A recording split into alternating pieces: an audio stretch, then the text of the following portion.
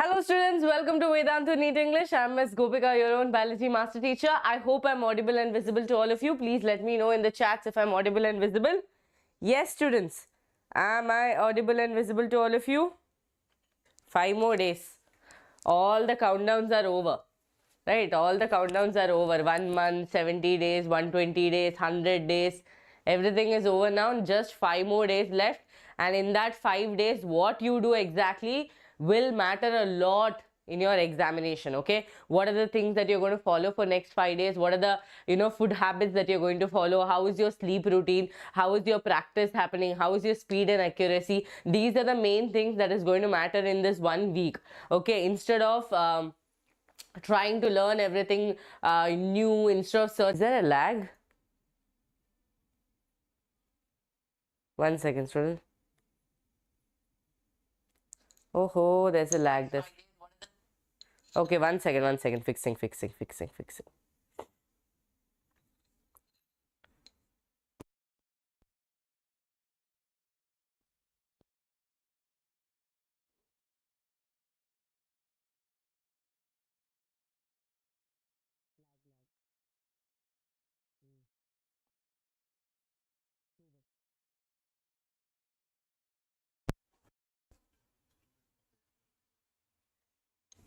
Yes, students, wait a minute.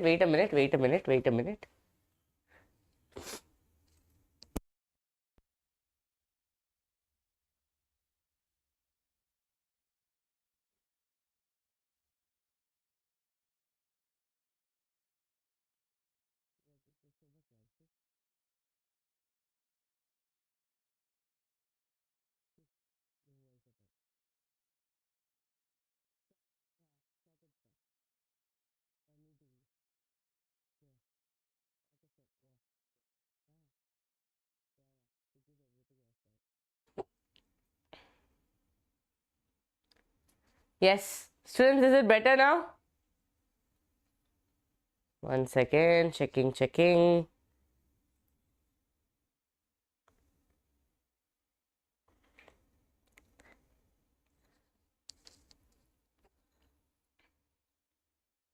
Yeah. Yes, students, is it better now? Is it fine? Checking. I think it's fine, right? Students, internet is working fine like a butter, but I don't know why there is a lag. Okay, you people didn't pray for the class, that's why. Nazar, is it fine? Yeah, it's fine, right? Low voice, hey chumma, don't tell. Fine like a butter. There's high voice only. People old, you people are, can't hear anything. Huh? Better now? Okay, let's start again. So first of all, welcome all of you to Vedantu NEET English once again. I'm Ms. Gopika, your own biology master teacher, and I was telling you people how crucial this time is for all of you. Okay, how crucial the time is for all of you, that you need to prepare so well. Okay, you need to prepare so well, but there are few things that you need to take into consideration. Just okay, it's fine, right? Okay, yeah, there are few things that you need to take into consideration what you are going to do for the next 6 days, okay, or 5 days, let's say. Students, first of all, you need to have a proper sleep routine, because if your health is not proper, then no point of your entire 1 year preparation can go into vains, because that this 5 days, instead of taking tension, not sleeping only for 2 hours, 3 hours, do not spoil your health. And what you eat, I know a lot of especially the girls might be facing a lot of problems with stress eating. I think some boys also do that, but then I have seen that most in girls, because of the hormonal changes, something called as stress eating. That is, they eat a lot, or they eat junk a lot, because they're not able to control their stress. And then the moment they eat, they feel better. But students, please avoid stress eating, because again, stress eating can lead to other problems, okay? And please do not try to learn anything new in this 5 days. Just try to practice questions. When you're going through any questions, you might learn some few things. Other than that, don't try to learn an entire chapter, an entire, a series, a new series itself you start learning. Do not do that, okay? Do not such things and question yourself, right? Again, lagger. I think it's an issue with the Soli. Again, lagger. I think it's just for a second, right? It's just for a second. Okay, it's just for a second, but there is no internet issue. It could be a YouTube error, okay? Because nowadays so many things are happening on YouTube. I do not know what's the problem. So let's directly get into the class, okay? So yes, students, put some fire emojis and let's just start the class, okay? Thank you so much, Janani. So students, don't worry, we are going to do all the series that you people want, not the series, the question practice that's going to continue. And I have some big news for all of you on 30th of April, okay? Since many of them were telling, ma'am, we are very scared about human physiology and plant physiology, we have planned to take a complete entire marathon revision. So we are going to take every chapter for max to max 1 hour, 1.5 hours, not more than that. But still, please understand, we have 9 chapters, okay? 9 chapters. However, we try to concise, it will take 9 hours. So we are planning to take a mega marathon where we will, solve few questions, at the same time focus on all the important concepts and go through the entire chapter with our previous notes, okay? So I want all of you to be present on 30th. The video will be live very soon and I will share it on my Telegram channel, okay? Yes. Thank you, Uday Kumar. Definitely this channel is the best because we are trying to, complete the portions, do much more possible from our end, not just, give promises, but also try to keep those promises, okay? Yes, okay, fine. Nothing. Who is that emperor? Such an emperor he is. Okay, shall we start? In-text question. In-text question means what, students? In the NCERT, wherever there is, questions, we are going to solve those questions, and I have only picked questions that have high chances to repeat. Okay? Yes. Good afternoon. Good afternoon. Okay, you can contact me on, Instagram. Okay, you can contact me on Instagram. I do clear a lot of students' doubt on Instagram, so you can text me on Instagram. Okay? Yes, come on, chalo. All of you quickly smash the like button. Don't be confused today. Okay, we have only 5 more days. After that, you will take a break to come and see me, right? After this is like farewell. Farewell will happen for all of you. Come on. First question would be, would you call virus living or non-living? I know you will not be able to see the screen, so that's why we have printed the question separately here. Would you call virus living or non-living? It's a very important question. Okay, it's a very important question. Why? Because this is a very tricky question at the same time. Now, it's like, ma'am, am I active or passive? Now, if you ask me, ma'am, am I an active student or a passive student? There are days that you're active, there are days that you're passive, right? But here what happens, students, look at virus. Virus is completely non-living when it is not coming in contact with a host. Okay, coming in contact with a host. Okay. Yes, very good. Okay, I want no talking to each other, no hi, bye, only, talking to me and answering the question. We do not have even a minute to waste. Okay, not even a minute to waste. I know we had a lot of fun in the past, but no more fun. Okay, next 5 days, you're going to see another face of Gopika ma'am where there will be no fun, only serious classes. Okay, only serious classes because we cannot waste even a minute. Okay, so are you all ready for that? No talking. No asking other class doubts. I do not know anything about other subjects also. Just ask me only about zoology, only about my classes. Clear? Yes, come on. So on the outside of the host, students, they do not show any characteristics of a living organism. That means they do not reproduce. They're not active. They do not do anything like any reproduction, nothing that we say that, okay, living organism is supposed to do. None of that is done by these organisms. Okay. So they cannot reproduce. That means when they're outside. Okay. And they do not use their energy. They do not grow. But the moment they come in contact with the host, what is going to happen? They are going to start reproducing. They are going to release their genetic material inside. They are going to manipulate the genetic material. That means they are going to convert RNA to DNA, get into the host. All this we have seen in HIV as well, right? So they do not grow, they do not respond to any stimuli. So in that state, we consider them non-living. But the moment they get hijacked, okay, they get into the host, they behave like a living organism, right? So it's a very tricky question that when they are outside, they're non-living, but the moment they come in contact with the host, they become living. Okay, clear to all of you? Yes or no? Yes, very clear. Okay, very good. I hope all of you are marking your attendance as well. Okay. Students, there will be a 2 seconds lag. It's okay. What can we do? Technical issues keep happening. We cannot help it. Okay, we cannot help it. Come on, let's make it 300 likes quickly. Exactly. Case is telling to like, all conjuice. Come on. Now, next question on the screen. So that's the only question from 11th. Okay, I do not want to take questions like what is your name, what are you feeling after reading NCERT, that kind of questions we do not need. Okay, second chapter that we are going to do is neural control and coordination. Actually, lot of in-text questions are there in the botany part, so Baswa sir will be doing that for all of you. The question goes like this: do you know why membrane of a neuron is polarized? Okay, that is the question for us. Do you know why the membrane has to be polarized? Now students, in here, okay, in here, don't worry, on 30th I'll be taking definitely nerve impulse, okay, because I could not take last time. I will be definitely taking polarization, that is action potential will be taken into consideration. So will you all be there on 30th? Can I see some thumbs up who are going to attend that mega marathon of human physiology and plant physiology? Let me see how many of them are going to attend. Come on. Yes.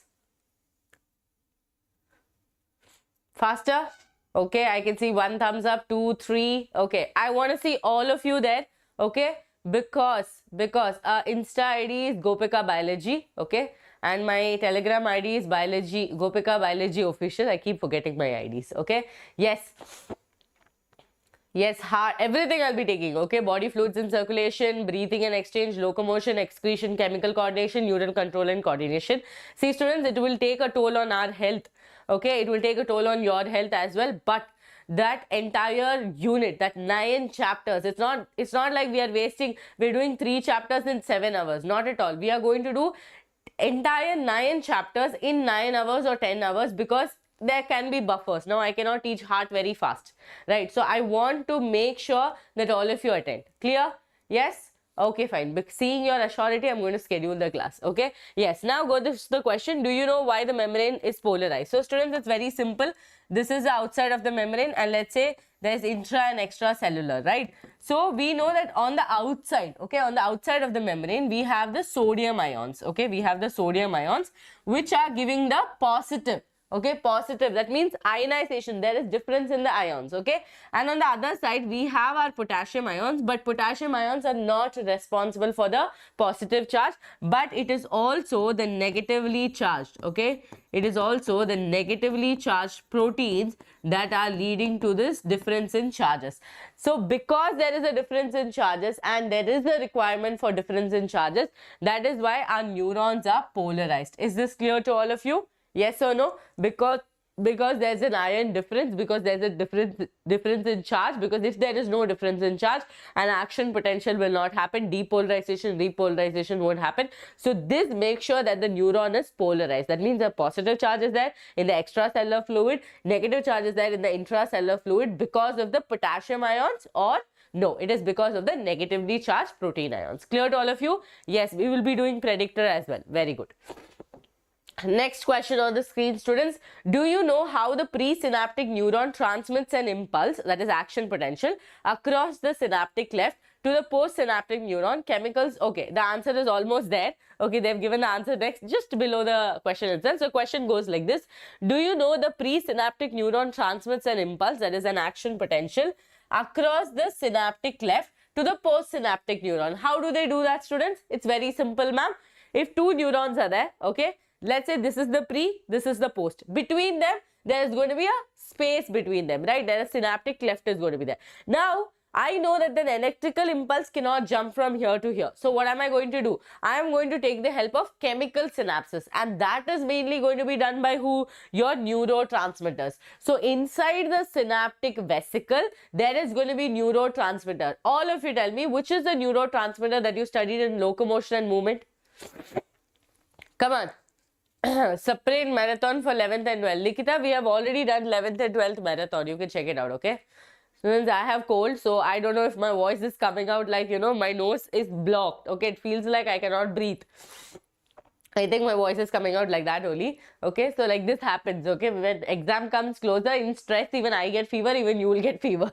Okay, so we are like a team of people who are supposed to be strong but catch fever. Okay, yeah, acetylcholine, excellent. So this synaptic vesicle, inside the synaptic vesicle, you have a neurotransmitter, and this neurotransmitter, students, again understand, they can be stimulative. That means they can do the function of stimulating the entire process, or they can be inhibiting. okay, or they can be inhibiting. That means there are people who inhibit something and there are people who stimulate something, right? So this neurotransmitters will be transferred and there will be receptors waiting in the postsynaptic neuron telling them, please come, I will catch you and I will continue the reaction. This is exactly what we studied in neuromuscular junctions as well, right? Acetylcholine was released, there were receptors waiting, the receptors took it, and because of which there was a sodium influx, correct? Yes or no? Huh? Yes, okay? Dubbing for you. Don't insult my voice, okay? Yes, people are supposed to be nice. This is what I'm breathing on, okay? Yes. Marathons are not opening. How come? How can a YouTube video not open? Okay, let's go to class 12th. That's all, students. Ours is very simple. Zoology, they don't want to ask any in-text questions, okay? Okay, class 12, I'm going to do botany now, sexual reproduction, flowering plants, okay? Come on. First question for all of you is a very baby question. List at least 5 flowers which are of ornamental value or which we use for cultural things. Ornamental, which and all you can use. You can use orchids, you can use, many other flowers are there. Marigold, rose, jasmine. Again, cultural, we use lotus, okay? So anything like this, any flower which comes in your head, you can write. First of all, this question will not come, okay? So I'm going to skip this question. Now, here, floriculture question is there, so that we will just try to understand what is it. Like we say horticulture, here we have floriculture. What does that mean, students? That means it's a branch of horticulture that deals with the cultivation of flowering. I told you, example, let's say Pramod is there, okay? Pramod is a farmer, okay? And he got to know that, Ambani wedding is happening. Immediately, what will he do? He will start growing sunflowers, he'll start growing orchids, he'll start growing tulip. So, that means what he's doing? He's culturing the flowers for a commercial purpose, right? For a commercial purpose. So, cultivation of flowering and ornamental plants for gardens, decorations, and for floral industry use. Okay, clear to all of you? Yes or no? Perfect. Okay, very nice, very nice. Now, next question for all of you. So, from here, some good questions are there, okay? Can you name the 2 parts of the flowers in which the 2 most important units of sexual reproduction develops? All of you tell me the answer. All of you tell me the answer. Who are the 2 main things? I told you, your parents are the essential parts of your life. Your friends, your colleagues are the non-essential part of your life. That means, without our parents, we cannot go forward, okay? So, what's going to be the answer? I want the entire name. Yes, ma'am. Perfect. Okay.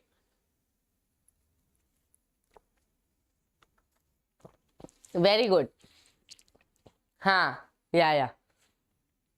First of all, Ambani should know he's there in this class. Okay. Yes. I'll tell something, you people will believe that.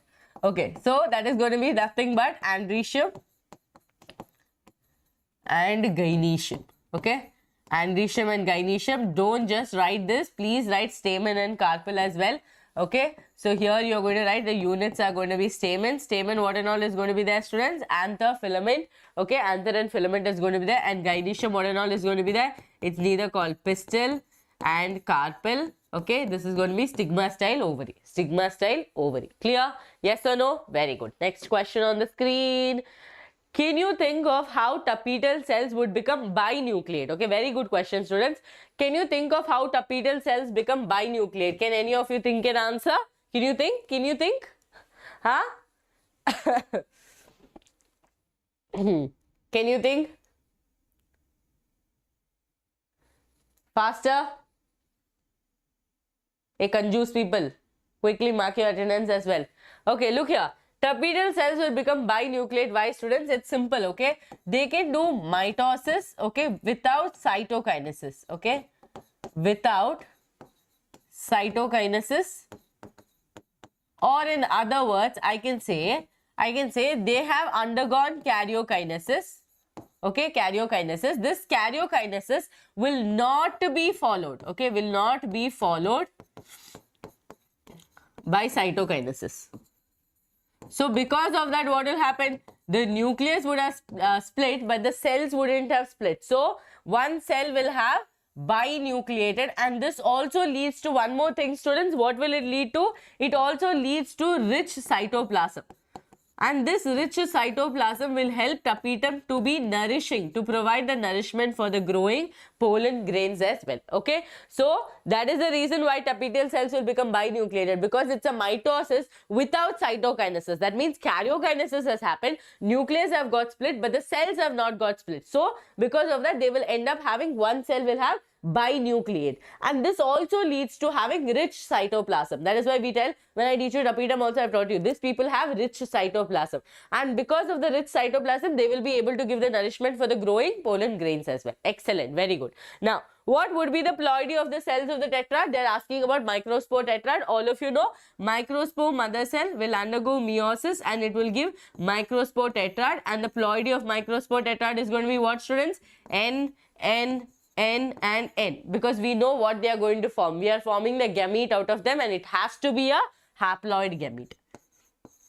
Okay, it has to be haploid, or else we cannot maintain the ploidy of the entire generation. Correct? Yes or no? Excellent, excellent. Very good, very good, very good. Next question, all of you. What do you think the exine, why do you think the exine should be hard, and what is the function of germ pore? Okay, very easy question, students. Why do you think the exine should be hard? First of all, exine is made up of what?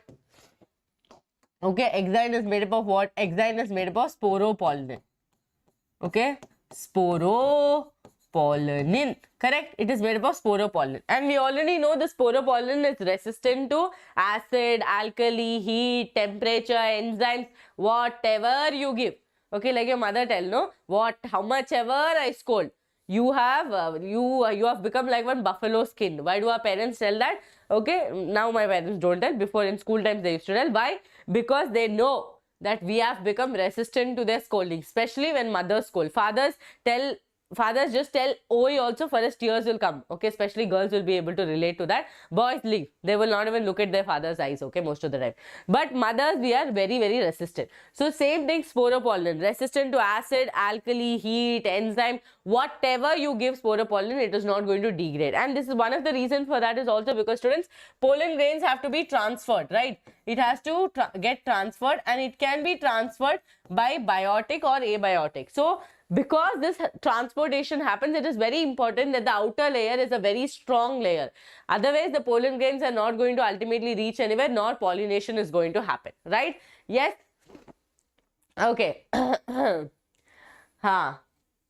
Vedantu NEET English mama. So you're telling my channel should go for movies, or I should go for movies? Relate to one thing. Okay? Yes, correct, no? So same thing here also, students. They are not going to be they are resistant to almost everything, and the main reason is because pollination success rate has to be more, because they are getting transferred by wind, water, insect, human, etc, etc, etc.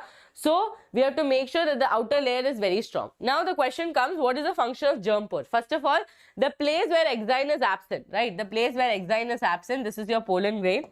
Okay, the place where exine is absent is the only region where the pollen tube can germinate. Why? Because we already know that this fellow is so resistant. If he is so resistant, then it is 100% sure he is not going to let the pollen tube also germinate. So we have to make sure that the place where this exine is not present, that place is called the germ pore. Clear to all of you? Yes or no? This is all easy things. We have already studied it in our class. Okay, this is for the growth of the pollen tube. Clear? Done, done. Okay. Okay. Yes. Very good. Very good. Now, next question on the screen. How long do you think the pollen grains retain viability? Okay. How long do you think pollen grains retain viability? Now, you people know examples. 2 examples you know. Now, students, what is viability? Just like your OTP that comes into your phone. Okay. Now, a bank will send you an OTP. The OTP will be valid for 5 minutes. Okay. Now, let's say a credit card, or let's say Swiggy, Zomato send you an OTP. It will be valid for 10 minutes. That means what?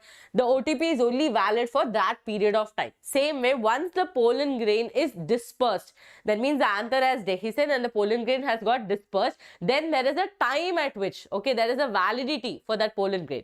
Before that, it has to land on a stigma, and whatever rest of it has to happen, but landing has to happen. Correct, landing has to happen. Now what is going to happen, students?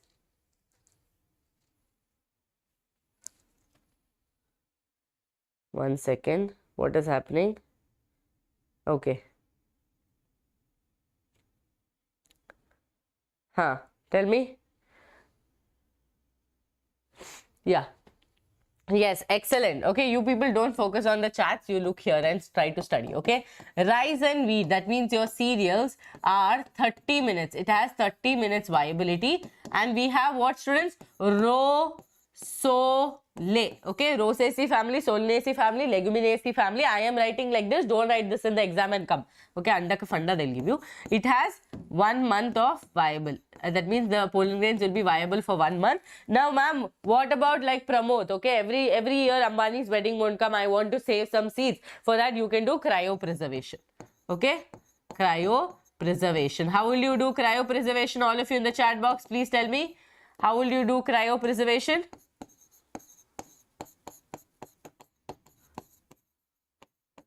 Okay, you will do cryopreservation at minus 196 degrees Celsius in nitrogen, right? Yes? Okay, yes. So, minus 196 degree nitrogen. Oh, I didn't know that you people bubble. Okay, I thought you people will go there and you will write. So sorry, students. I don't know what is NEET yet. Okay, a big joke came. Now write this. Okay, Rosaceae, Solanaceae and Leguminaceae. Clear? Now next question we cannot see, so we'll go here. What is the importance of MMC undergoing meiosis? What will be the ploidy of cells of a nucellus? Okay, MMC, the functional megaspore and female gametophyte. Okay, we have to go one by one. First we will do what is the importance of MMC undergoing meiosis. MMC undergoing meiosis, right? Yeah. MMC undergoing meiosis means what, students? The megaspore mother cell has to undergo meiosis, otherwise, because we are going to form the gamete, right? So we need to get the one megaspore, okay? One megaspore which is functional, and the ploidy is going to be what? The ploidy is going to be haploid. Because again, I told you, if we are going to form the gametes, it has to be haploid, or else we cannot maintain the ploidy of the entire zygote and everything, okay? So to make it haploid, we have to go for a reductional division. Clear to all of you? Yes? Tell me. Quickly. Yes, very good. Very good.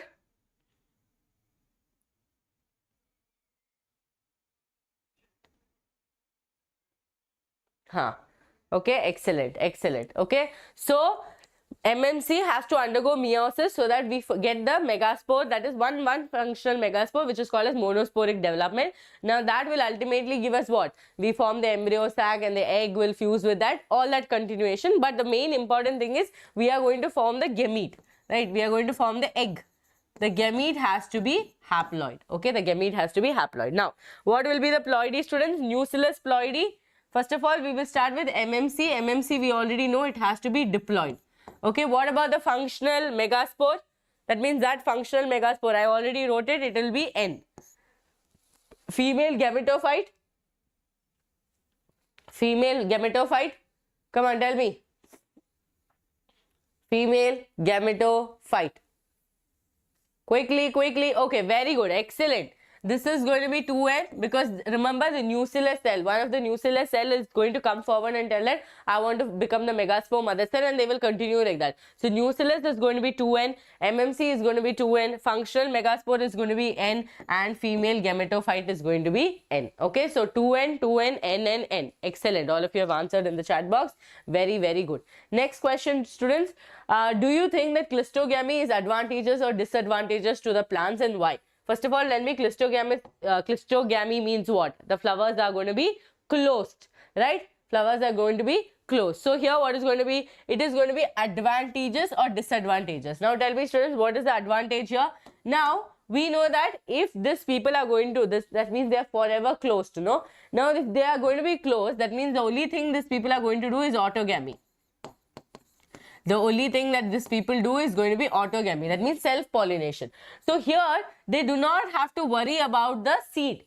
Okay, they do not have to worry about pollen grains. They do not have to worry about any other conditions, because self-pollination will 100% happen. So they are going to have for assured. Okay, they are going to have assured seed set. Right? That is going to be possible, right? That is going to be possible. They do not have to worry about if the pollen grains are going to come, land, all that. They are not going to be worried. Correct? Yes or no? Yes. Assured seed set is the advantage. Now, what is the disadvantage? I told you. If self-pollination continues, okay, if self-pollination continues, that will lead to inbreeding depression. That will lead to inbreeding depression, and to avoid inbreeding depression, you have outbreeding devices. Okay, inbreeding depression. Clear to all of you? Yes or no? Excellent, excellent, excellent. A short seed set, okay, and yes, inbreeding depression. At the same time, students, here one more thing, very good. Who told that? I can't see now. Yeah, Rihanna, very good.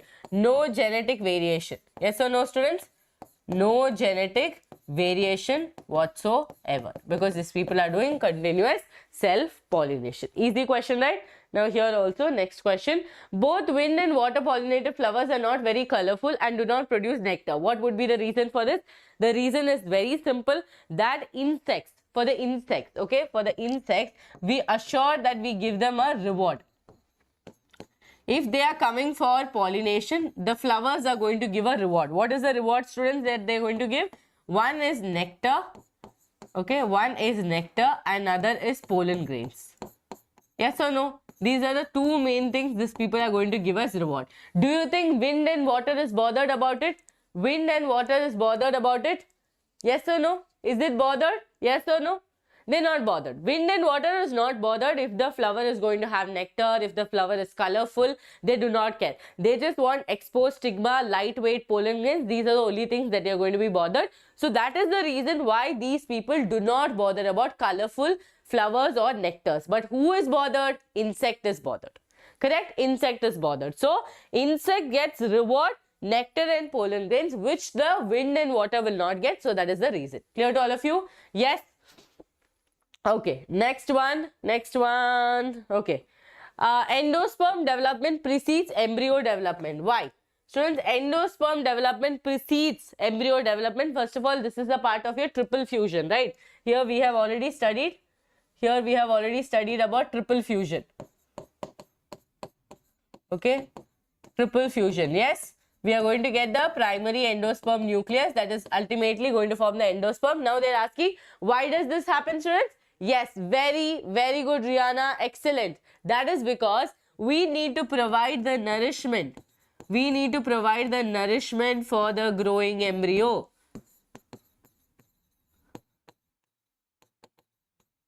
Nourishment for the growing embryo has to be provided by the endosperm. That is the reason why endosperm development precedes the embryo development. Clear to all of you? Yes or no?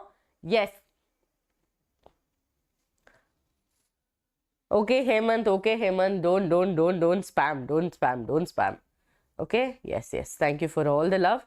Okay, yes, is this clear to all of you? Very good. Okay, so nourishment for the growing embryo has to be provided by the endosperm. So that is why endosperm develops precedes the embryo development. Okay, very, very good, students.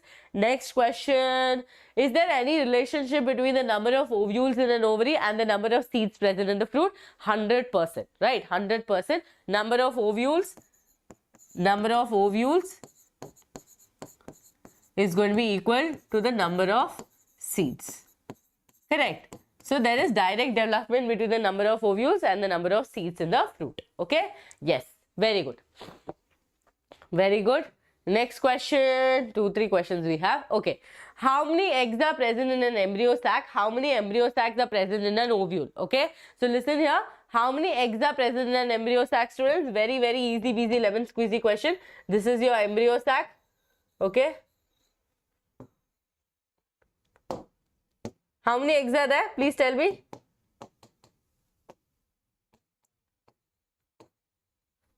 Quickly in the chat box.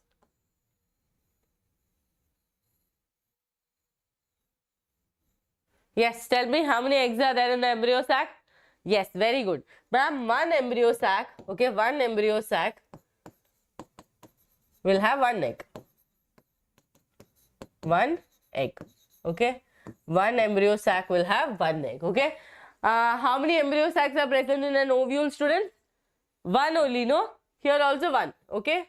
One embryo sac will be present in an ovule. inside one ovule. Okay. Now, how many ovules are present in an ovary? How many ovaries are present in a typical flower? Some person who was studying active and passive voice got mad and he made this question. How many ovules are present in an ovary? Now, ovules present in an ovary different. Understand? Different. Like depending on the different varieties, the ovules numbers are going to vary, right? Ovules numbers are going to vary. Okay. How many ovaries are present in a typical flower? Usually we know that only one ovary is going to be present. Inside that one ovary, the number of ovules will vary. Clear to all of you? Yes or no? Perfect. Okay. Now, what is the fruit production without fertilization? Students, fruit without fertilization is called what? Ma'am, only one word, ma'am. Parthenocarpy. Parthenocarpy.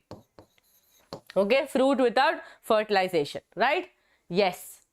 There can be one ovule, like an example, like mango, one seed, no? One seed. There can be multiple ovules. Now, you people have studied placentation, different types of placentation. You have studied axile, marginal, basal. Now, in basal, only one will be there, okay? But it's not necessary that everything has only one ovule. Depending on the number of locules, there will be ovules also present, okay? Excellent, students. Parthenocarpy. Parthenocarpy. Now, we will do molecular basis of inheritance. Yes or no? Yes or no? Let me just inhale some Vicks, okay? I'm not able to breathe. Okay, just give me a minute.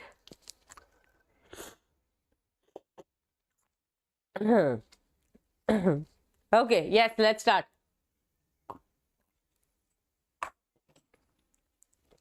Okay. Yes, seed without fertilization, apomixis. Now, compare the structure of purines and pyrimidines. Can you find out why the distance between the two polynucleotides chain in the DNA remains constant? Okay, this is the question for all of us. Students, first of all, understand when we take, let's say, okay, when we take purine, I told you, no, name is small but structure is big, right? Purine is a double ring structure. Okay, it's a 9-membered ring structure. I've taught you the structure. This is why I've taught you the structure.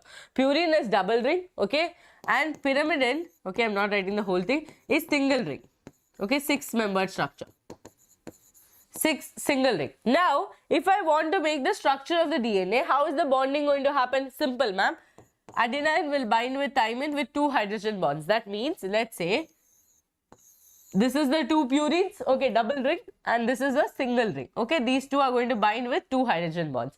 Now, the question is asked, why can't a purine and purine bind, or why a pyrimidine and pyrimidine cannot bind? The question goes like that. Yes, pure as gold. Very good.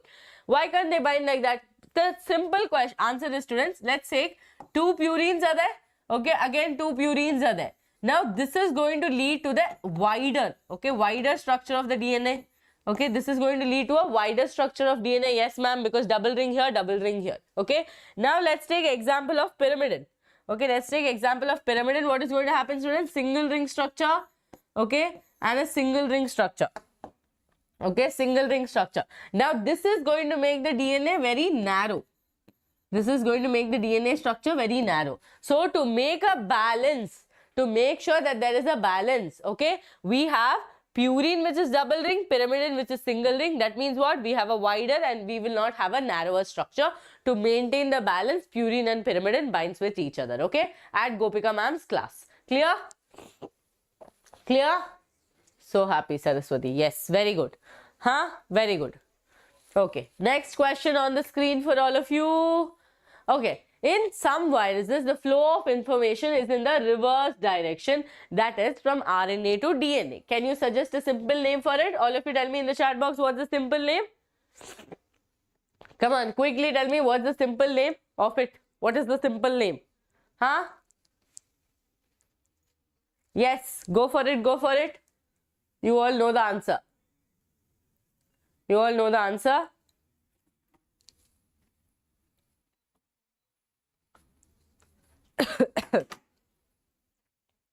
Excellent, excellent. Very, very good. Very, very good.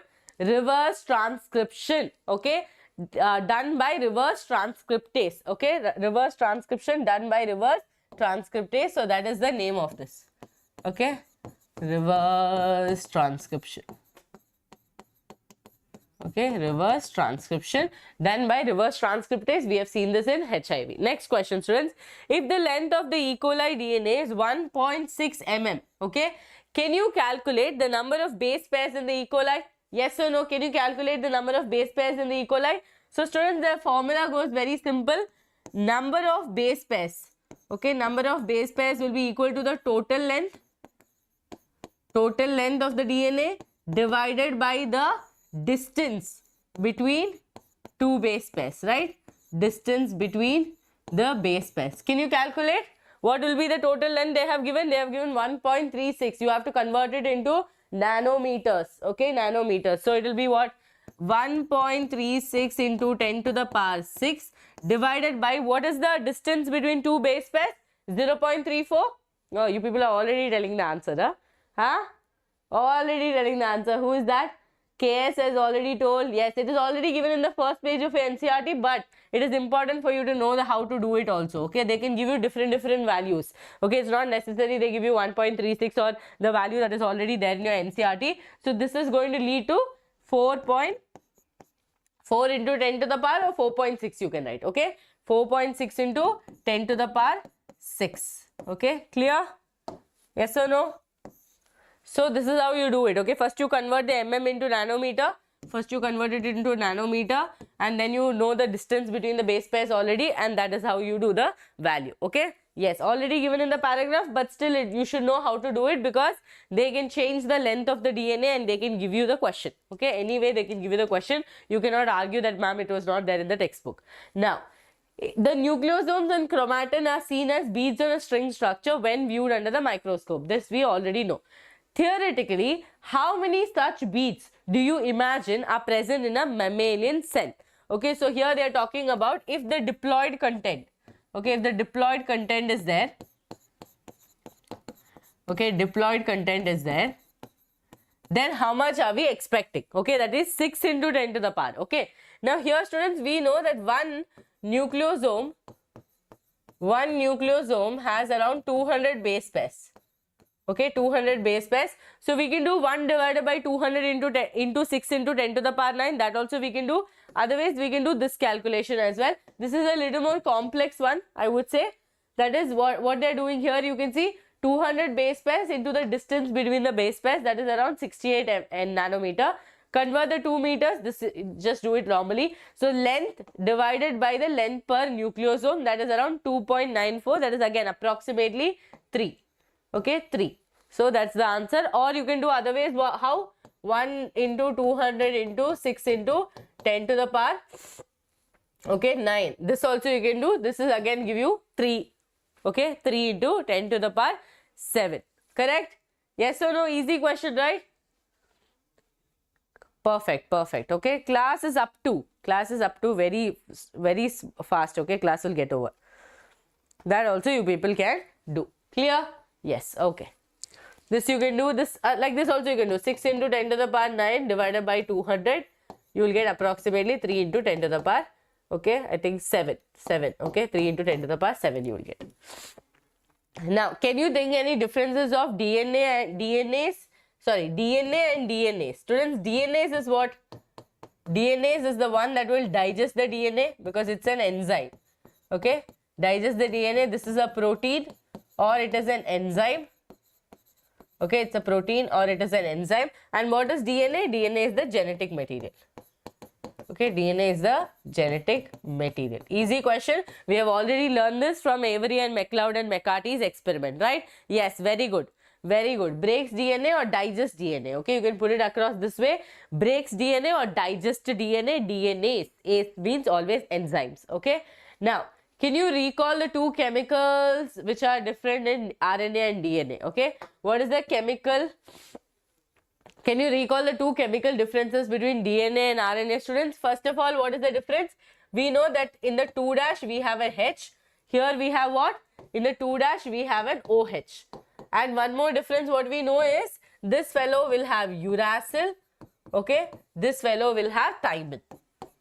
Okay. This fellow will have thymine. Clear to all of you? Yes or no? These are the two differences because of which these people are going to be more constant. Okay. 39 more. Okay. 39 to the target. Come on. Quickly. Let's make the target. So students, that is clear.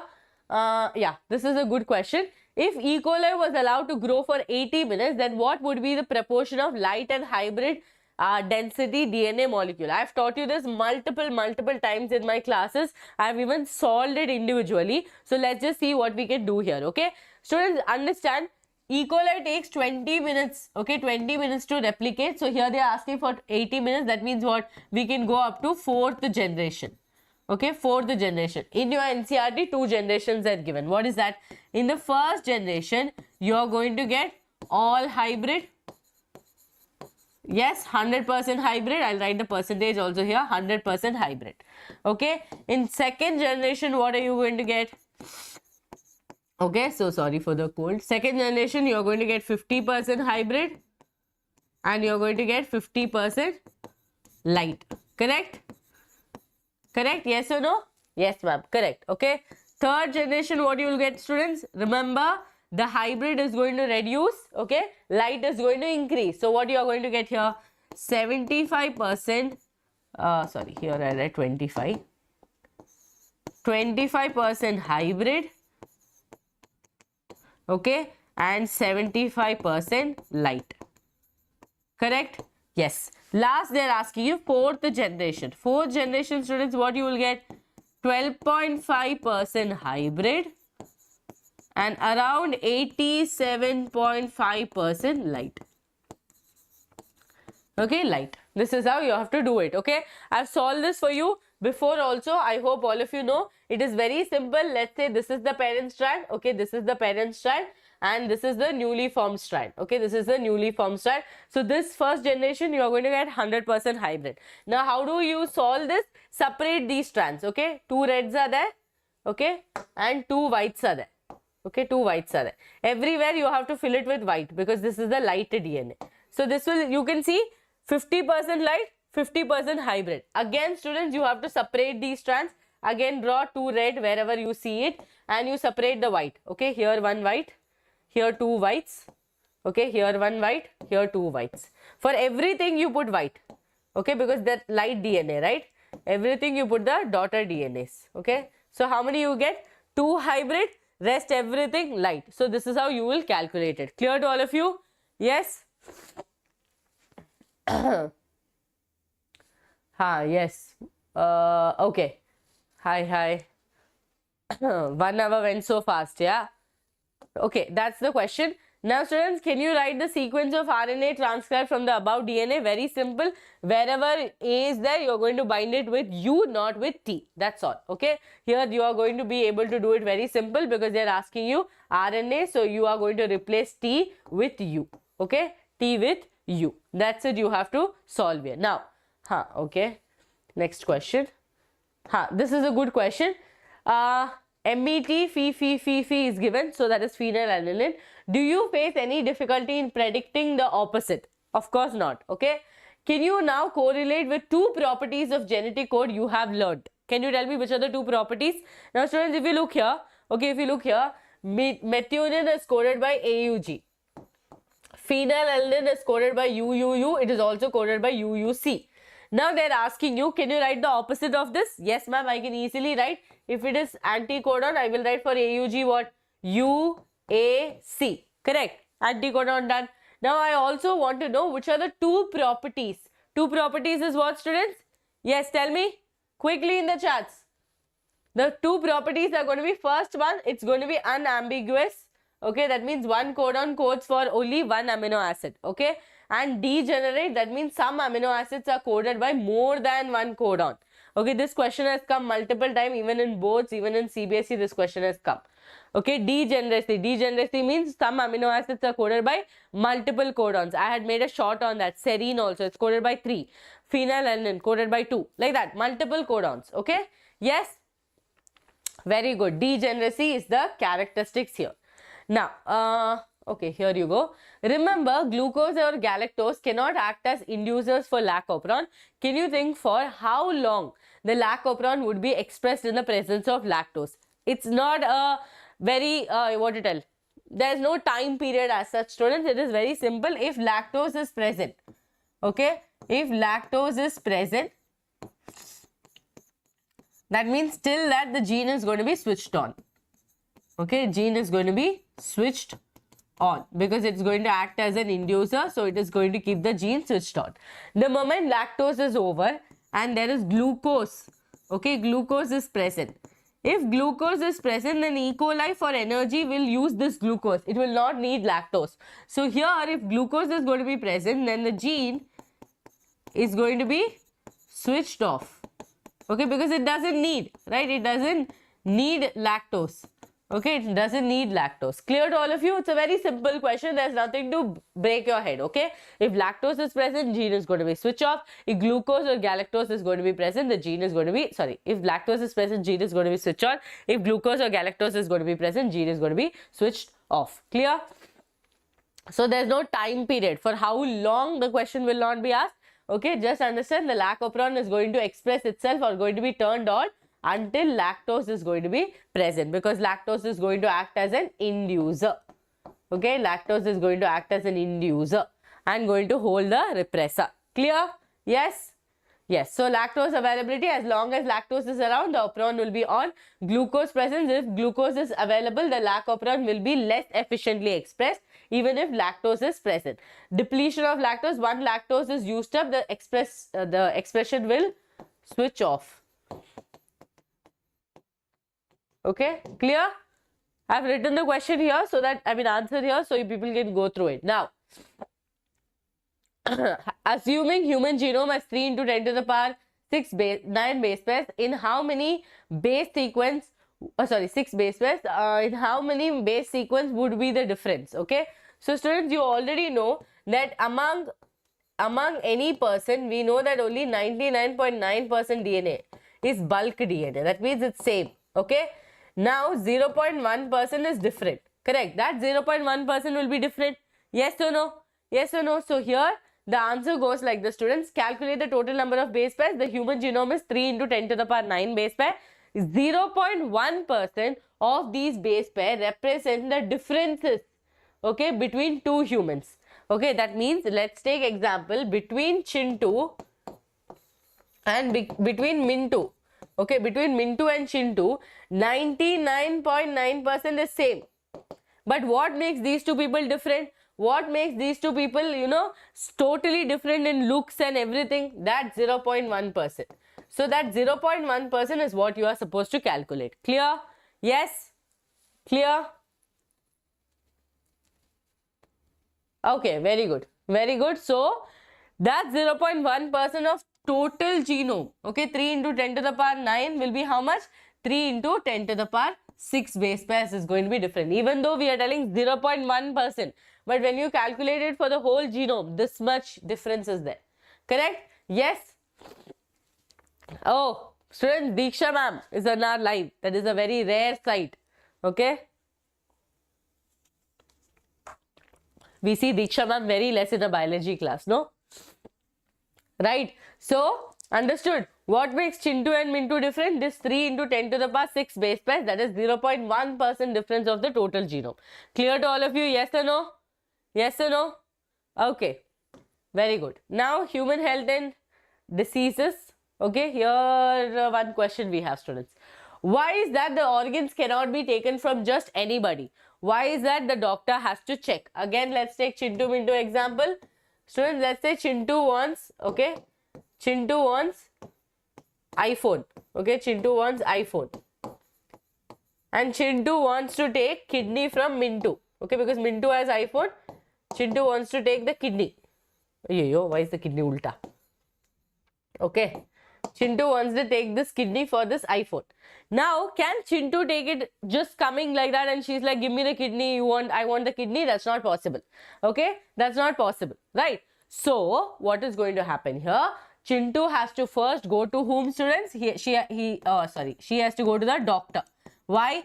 Because doctor will check the compatibility. That is, doctor is going to check if there is going to be graft rejection or not. For that, they have to check the blood grouping, right? They have to check the RH compatibility. They have to check the blood group. They have to check if the person has any previous diseases. All this checkup ke baad only Chintu can buy iPhone. Correct? Yes? Clear or not? Clear or not? I'm not that greedy.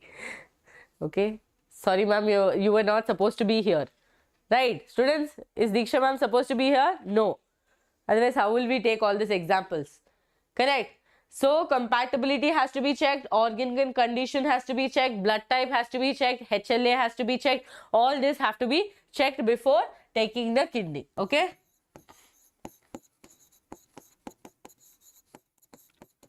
Okay, compatibility, organ condition, if Mintu's kidney is healthy or not, blood type has to be checked. Okay, blood type has to be checked. All this checking ke baad only Chintu can buy iPhone. Correct? Yes. Clear? Yes. Okay, perfect.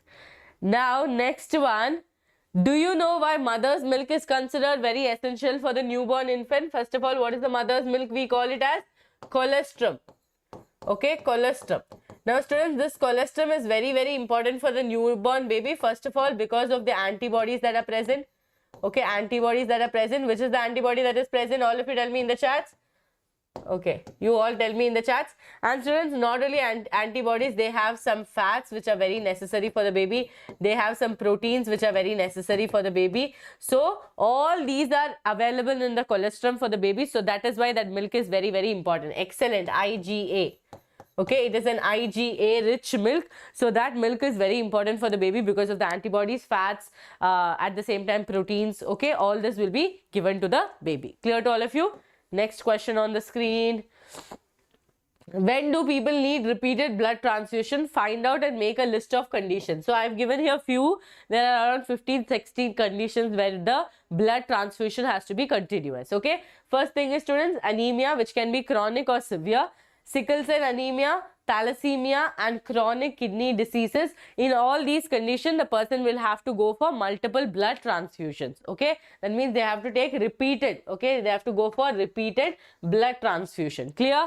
Anemia, sickle cell anemia, thalassemia and chronic kidney diseases. I have just given you some few easy ones.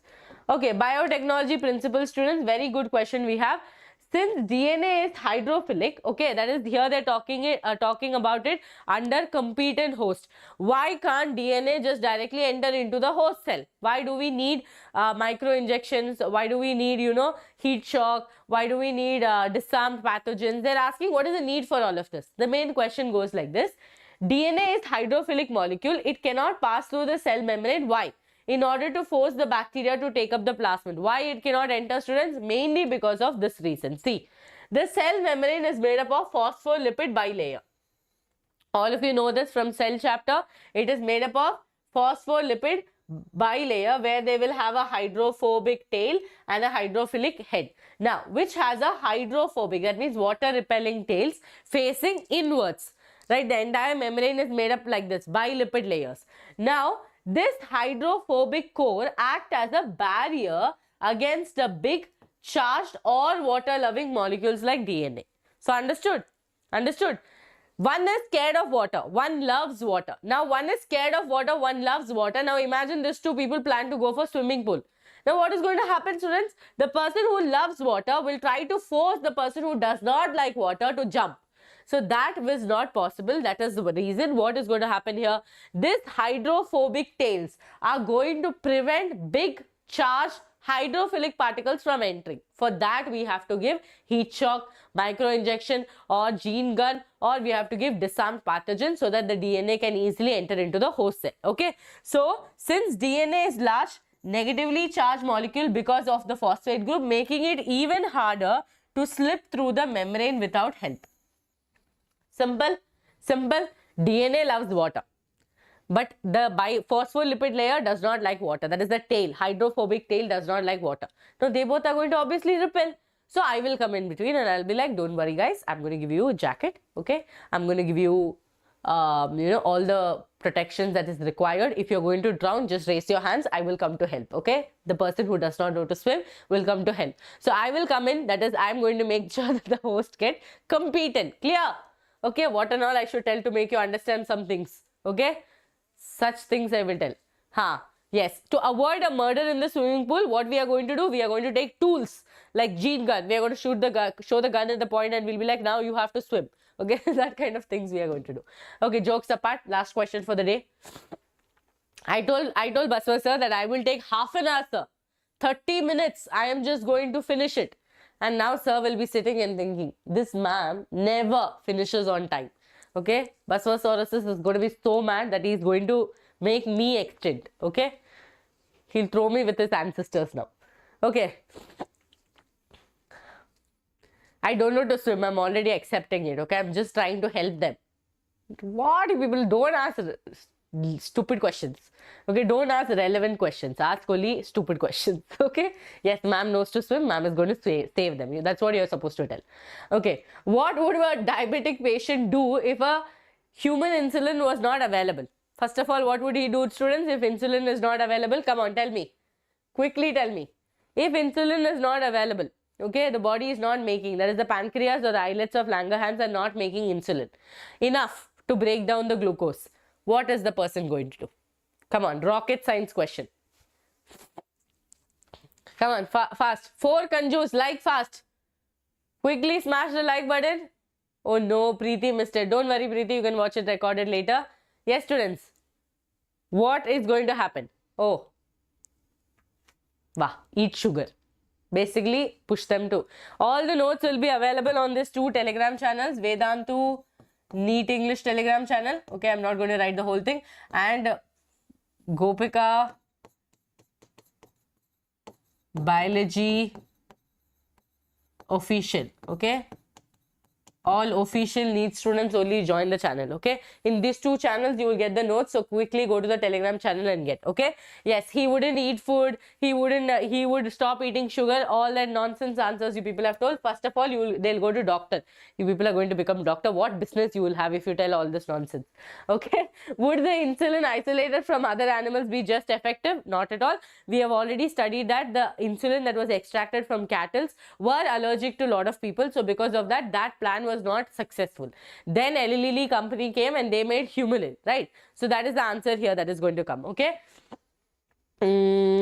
Yeah, so it formed by animals will not be effective because many people got, you know, allergies from it. Okay, many people got allergies from it. Got it? Yes. Okay, very good, very good. Yes, you people are going to become doctor. Huh? Now, not even one person told that ma'am they will go to doctor. You are doctors. You people, they're like, ma'am, I'll tell them not to eat food. Okay, very nice, very nice. Okay, next question. Think about whether insulin can be orally administered. This also I have answered to all of you while teaching itself. They cannot be orally administered, students. Why? Why they cannot be orally administered? Because here, understand, insulin is peptide. Okay, it's a peptide hormone. So if it is taken in orally, then it is going to be digested in our stomach. Right, it is going to be digested in our stomach. So we cannot consume them orally. Clear? So we have to give injections only for insulin, and that is what Humulin was formed.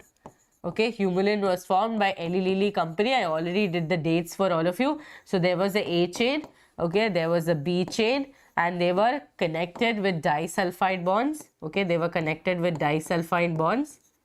Okay, and there was one more chain to keep them together, which is a C chain, which is only active during the pro.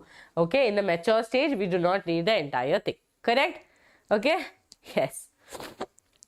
Very good. It will get digested in the stomach. Oh, Gen Z doctors, they don't promote themselves. They'll just tell Google it. Huh? That is why you are working this harder.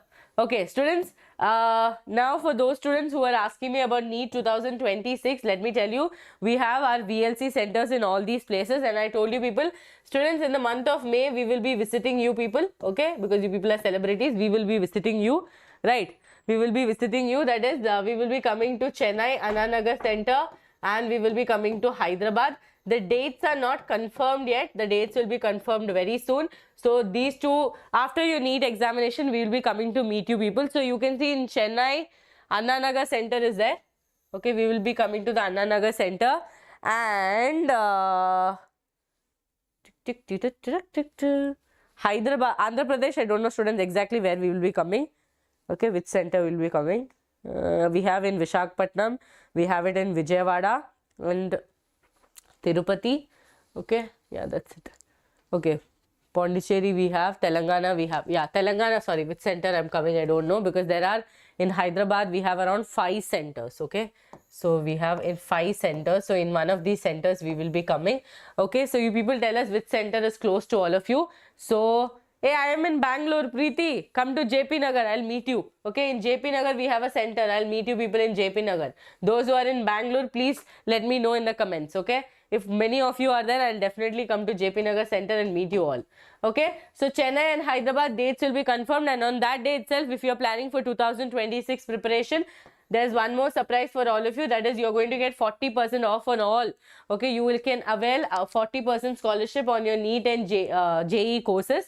Okay. So especially for your repeaters and students, batch is starting from 25th April, so it has already started, but you can still join, okay, you can still join, okay.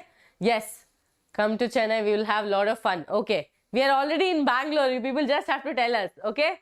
Yes, now Baswa sir is going to join, so wait for like 2-3 minutes. I'll just call Baswa sir and he will join, okay. Now all of you tell one centers. Now we will do one thing, we'll keep roaming inside only, okay. Full Telangana and Andhra Pradesh we will come, okay. Dates will be confirmed very soon. Mostly it will be, the dates are, tentative dates are neither 6th May, okay, or 11th May, and Hyderabad on 17th or 18th May. Okay, so these are the tentative dates for now. We need some more students. We need to make sure that all the facilities are there. So one of these dates, okay, one of these dates, we are definitely going to come, and I'm so excited to meet all of you because lot of Telangana and Andhra Pradesh students we have. I know for some of them it will be difficult to travel, but if possible, because NEET got over, please request your parents and please, like a vacation, come one day, meet us and then go back. Okay? Yes. Okay. Yes, students. So definitely come to Chennai Anna Nagar Center. Such a beautiful center it is, and also we'll also be there. I think Shimon sir might also join us because he's very close to the center. So yes, you can get to meet all of us there. And also Hyderabad students, we love to see you because we have never met you still now. So yes, all of you definitely come. Now I will call Baswa Soresis and he will join now. Okay.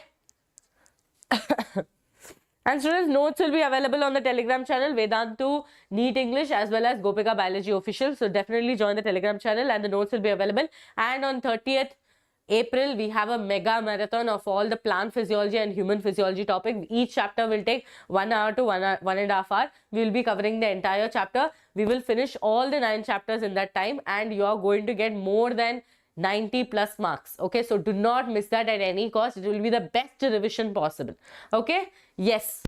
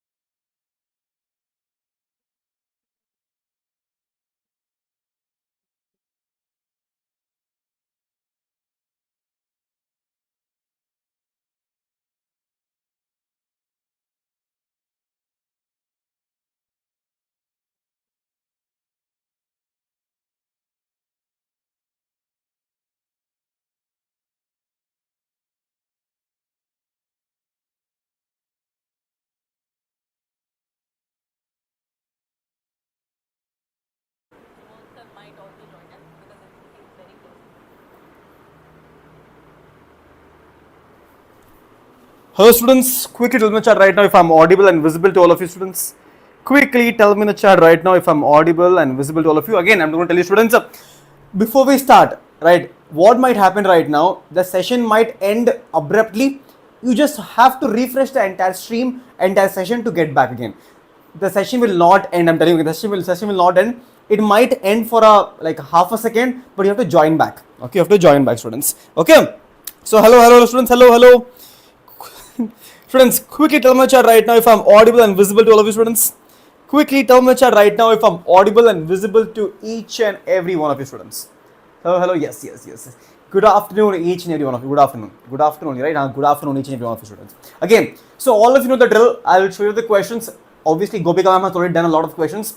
We'll follow the same order. We'll go chapter wise. Again, every single chapter has certain types of in-text questions. So we'll be dealing all of them one by one, students. Okay, one by one, students. The first question will be starting from the cellular unit of life. Okay, the first question is on the board right now.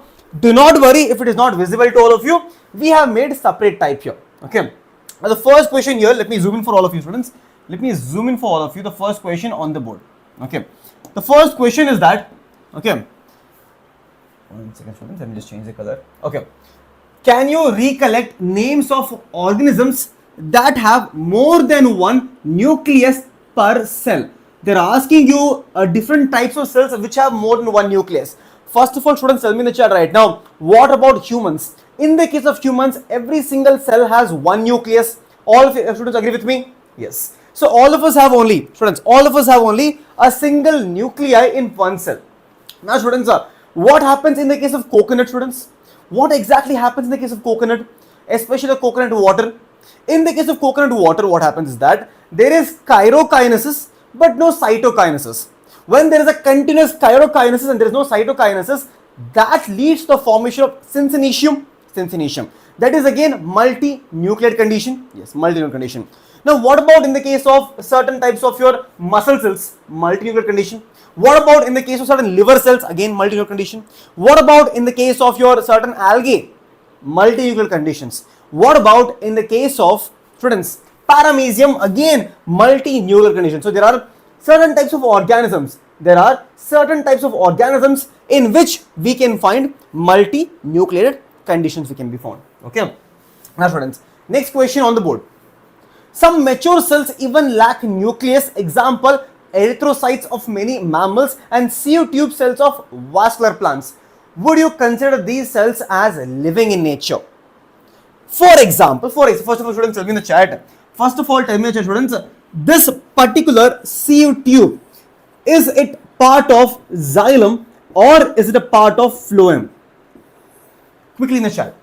See, all of you tell me, students, sieve tube is part of phloem. Yes, sieve tube is a part of phloem, and we also know that, students, sieve tube, it says in NCERT line itself, sieve tube is said to be living in nature. It is living in nature. Living in nature, students. Even though sieve tube does not have nucleus, it has a companion cell which controls all the function. Here, students. The same goes for the erythrocytes, the red blood cells also. They might not have a nucleus, but they are still living because they can do other functions of a living cell. Students. Okay. Now, students, from biomolecules, here is the question. Let's see who can tell the answer. Students, quick. Yes, companion cells guides it. Obviously, companion cells is like a sister in need. Okay, like BFF, brother from another mother. Okay. Now, students, why do lipids whose molecules weight do not exceed 800 daltons come under the acid insoluble fraction? For example, students, let's do the simple experiment here. Let's take, I have the cone here. And let's say I keep a beaker right here. Now, here I am adding a mesh on top. Here I am adding the slurry. Students. Now, some biomolecules are present on the top here. Do we call them retentate or do we call them filtrate, students? We call them retentate. We call them retentate. Some biomolecules are present at the bottom right here. And they are called as filtrate. Now, students, these retentate are also called as acid insoluble fraction. Why? Because they are not soluble in the trichloroacetic acid. They are called as acid soluble. They are called as what? Acid soluble, students.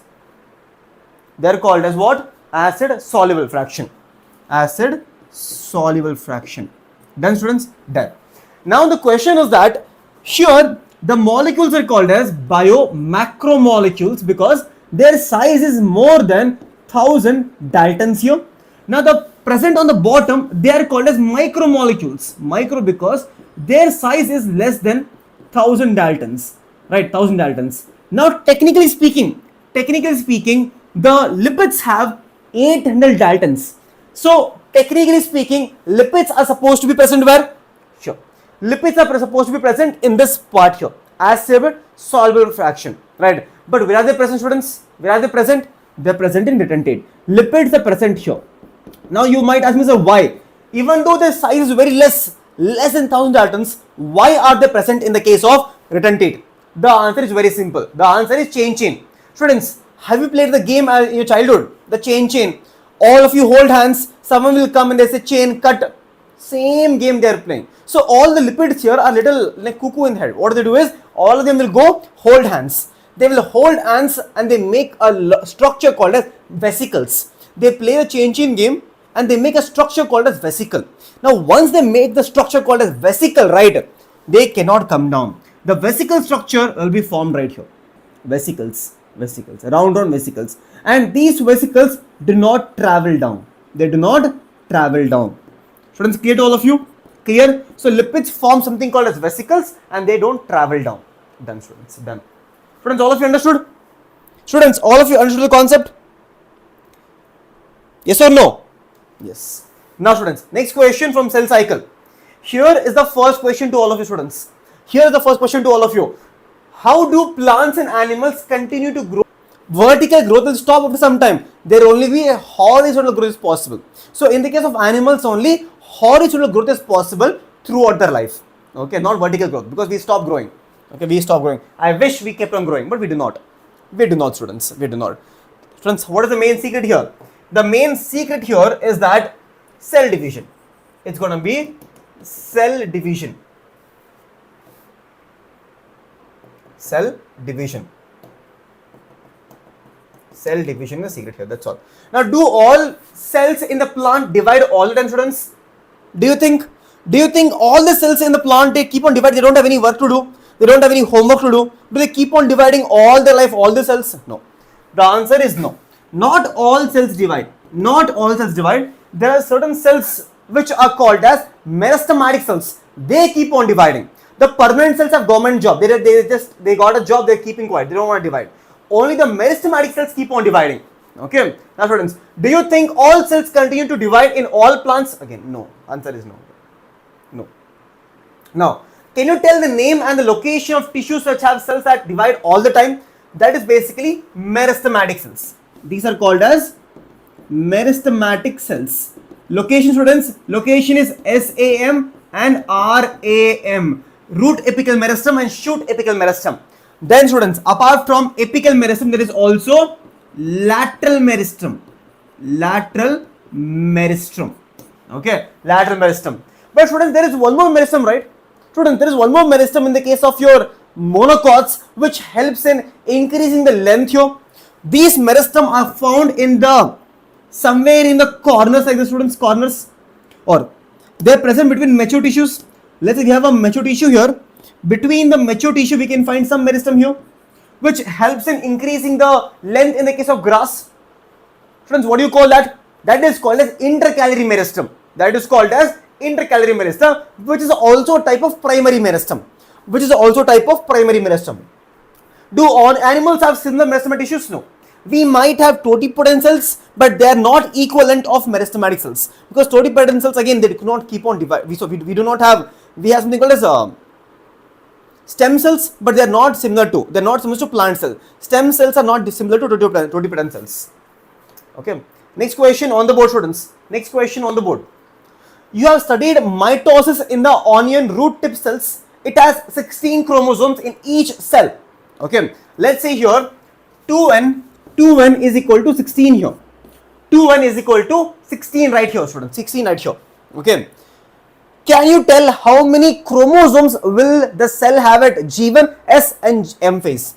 G1, S and M. Students, what is the answer? What is the answer? Sir, biology high weightage 20 lessons prepare ಆಗ್ತೀನಿ sir. Nale biology is 2 marks. Students, please do high weightage again. Try to, if you're doing only class 12th, please focus on reproduction, molecular basis, as well as your principles of inheritance and biotechnology for class 12th mainly. Students, what is the answer? Pallavi Devi, Raina KS, Purani, Meghana, Dr. Tarun, Varsha. Students, quickly tell me in the chat right now. What is the answer, students? Secondary growth is deleted. Yes, Varshita, secondary growth has been deleted. Okay. Syed, correct. All of you correct. Saura, correct. Hello, yes. Perfect, students, perfect. Because all of you should remember, students, in the case of mitosis, there is no change in chromosome number. There is absolutely no change in chromosome number. There is always change in chromatid, change in DNA content, but chromosome number remains the same everywhere. Okay, so it is going to remain the same everywhere. Chromosome number remains same. But also, what will be the DNA content of the cell at G1 and S and G2 if the content after M is 2C? So here, let's say we have 2C DNA content. What is the DNA content in the case of your G1, S and G2? DNA content, students, DNA content. See, DNA content does not double in the case of G1, so it is going to remain 2C. But at the S phase, what happens, students? At the S phase, the DNA content doubles. So 2C becomes 4C here, and the same is maintained in the case of G2. The same is maintained in the case of G2. So DNA content is doubling in the case of S phase. See, initially, students, this is how the entire chromatid looks like. But after, in the case of S phase, what happens? In the case of S phase, it becomes double like this. It becomes double.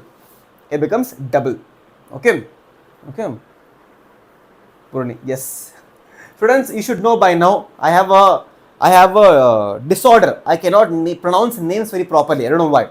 I can pronounce, is it any difficult words in English, but I cannot pronounce names very well because I don't know why. I still can't pronounce so many names. God. Now, students, clear all of you? Next question on the board. Have you ever thought what would happen if there was no oxygen to breathe? Obviously, students, nothing would have happened. You will die. What will happen? You will die only. You will die. What will happen? RIP only in the chat, all of you. RIP in the chat. Rest in peace for everyone. If there was no oxygen, no life. Yes, there would be something called as anaerobes will be grow. Anaerobic bacteria. Anaerobes will grow, they will thrive, but aerobes will not be able to survive, students. We will not be able to survive. Okay, we will not be able to survive, students. Okay, so RIP in the chat, all of you. Next question on the board, students. CO2 was required for photosynthesis. Can you explain how this conclusion could be drawn? Okay, RIP all of you. Exactly what, students? Nothing is there. Okay, now very simple experiment, students. Let's take, I have one container here, students. In both the containers I have plants here. Okay, plants here. Now in both the containers, initially what happens is that there is CO2 present everywhere. CO2 is present in both the cases. Now, students, tell me, which is the magical chemical which I need to add? Which is the magical chemical I need to add right here to completely absorb all the CO2 here? Which is the magical compound here, students? Which is the magical compound? What are you waiting for, students? I am waiting for you. For what? What are you waiting for, students? What are you waiting for? KOH, exact, students. So here, if I add KOH right now, what will happen? If I add KOH here, students, all the CO2 will what? Disappear. If all the CO2 is disappearing right now, students, then we do a test called as iodine test. Now, so what do I do is, I take the leaf from here. Students. I am taking leaf here. Okay, I take the leaf from both the sides. Now on this leaf I add iodine. I will add iodine. Now students, in which tell me students, which leaf will turn blue black? A will turn blue black or B will become blue black? Tell me students. Which of the following will become blue black in nature? That is, which of the following leaf will show presence of starch? That is the confirmation, right? That is the confirmation. Students, quick.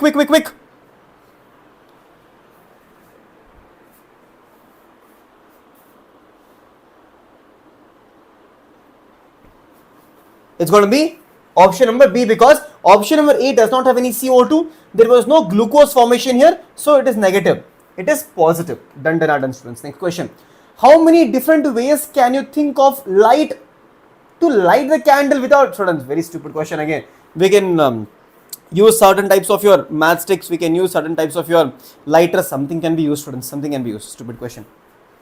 Next question on the board, students. Can you explain why 12 molecules of water as substrate are used in the equation given below? Here, why are we using 12 molecules of water here? Sir, SCS category, SCS students, 450 not possible. Again, 440 not possible. You need to get any minimum to minimum 550 plus. 550. Aim high. Aim always high, students. Always aim high. Do not settle for anything less, because in NEET examination, do not settle for any college. Always go for the college which you love, right?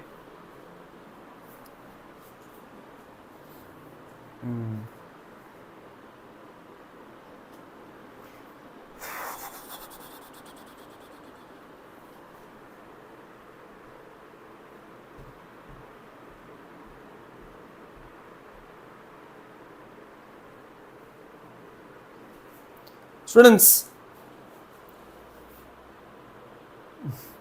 okay, tell me students, to make one glucose here, how many NADPH do we require to make one glucose? How many NADPH is required to make one glucose? Quick. Right. For, let's say, in 1 Kelvin cycle, we take 3 ATP is required, and we require 2 NADPH is required. 2 NADPH is required for 1 Kelvin cycle. This 1 Kelvin cycle will function for 1 CO2. For 1 CO2, we require these many ATP and these many NADH. Now for 1 glucose, how many require? For 1 glucose, all you need to do is into 6 into 6. Why? Because this is for 1 carbon. Glucose has 6 carbon. So 6 carbon means into 6. So that is 18 ATP and 12 NADPH is required. 12 NADPH is required, students. 12 NADPH is required. Now students, you tell me the chart right now. For this 12 NADPH to happen, it is found, this entire NADPH is formed in the case of non-cyclic, yes or no? Non-cyclic photophosphorylation, yes or no? Yes. In non-cyclic photophosphorylation, what is happening? In the case of your near PS2, there is splitting of water. There is splitting or photolysis of water. Now students, tell me in the chat, do we require 12 times these photolysis of water has to happen to produce 12 NADH? Yes or no, students? Yes or no? So this 12 water goes into usage here. 12 molecules of water goes into usage. It is going, splitting of water is happening, split of water is happening. Every single time one molecule of water has been split, we get one NADH because of the electron transfer. And NADPH is what? The final electron acceptor in the case of your non-cyclic. So 12 makes sense. Do you realize how technical this concept was, students? Friends, do you realize how technical this was? I hope all of you understood. Students, because in the case of non-cyclic, 12 water has been split for 12 NADH formation. How technical this was, students? How technical this was? Very good, no? Very good question. Now, students, if you know the concept of entire concept of your plant physiology, then you'll be able to answer this. Next question on the board. Can you name some other parts where photosynthesis may occur? Petiole, Australian acacia, morphology chapter, herbaceous stem. Stem can happen, herbaceous stem. There is something called as phylloclad in the case of your Opuntia and Euphorbia, when the stem becomes photosynthetic in nature. So stem and leaf can do photosynthesis in nature. Stem and leaf. Okay, stem and leaf. Now students, next question on the board. When do you think the chloroplast will be aligned with their flat surface parallel to the walls? And when do you think they will be perpendicular to the incident light? Very good question, student. Very good question. When do you think they will be parallel? When do you think they will be perpendicular? Students, this criteria, the arrangement of the chloroplast here, the arrangement of chloroplast mainly depends on the incident solar radiation. Now students, imagine whenever there is very low sunlight and whenever there is very high sunlight. Now let me draw two different types of cells for all of you here.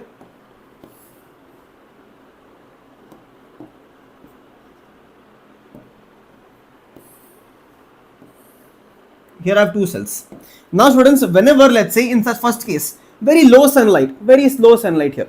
Now what will happen is that in very low sunlight case, all the chloroplast will align parallel to each other. Parallel to each other. Why? To receive maximum absorption.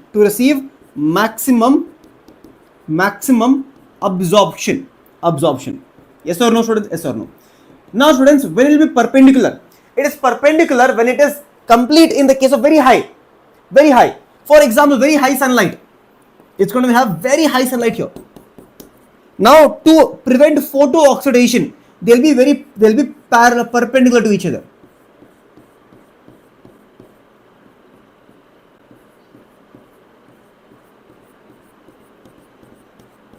So that they receive very low sunlight, low sunlight here. Very low sunlight. That is, students, then that is the main key here. Okay. Next question on the board. Okay, these are the graphs here. See, 11.3a, 11.3b, and 11.3c. Class duration, don't worry, I'll tell you. Class duration will take 45 minutes more.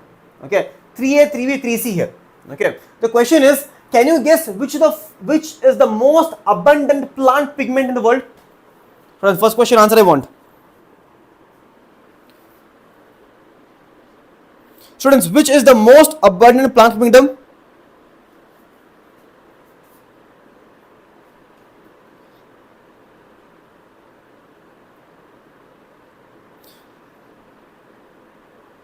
It's going to be chlorophyll A.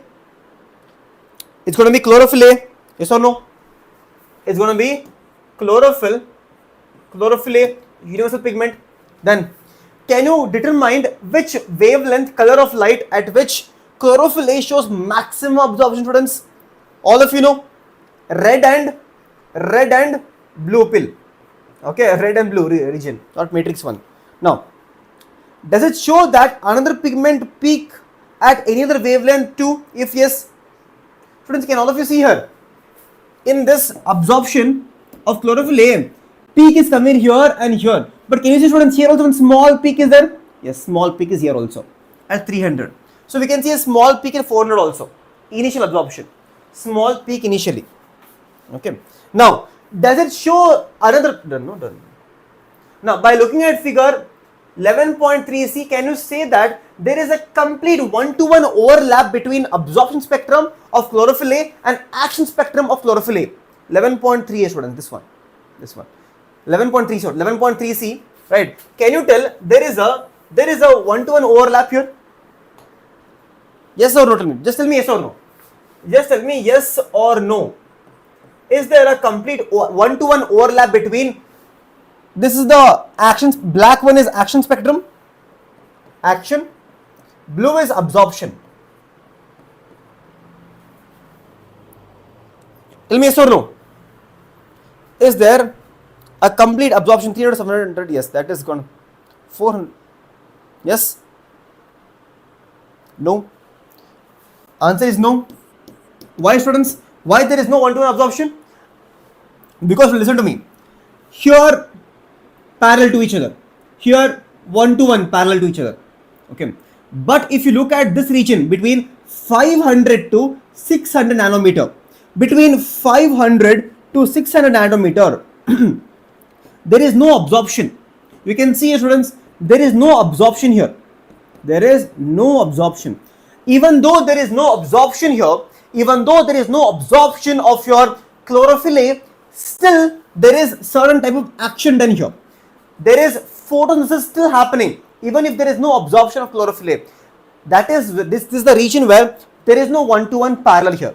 Now, can anyone tell me in the chat right now why, even though there is no absorption here, no absorption, but still there is going to be action happening here.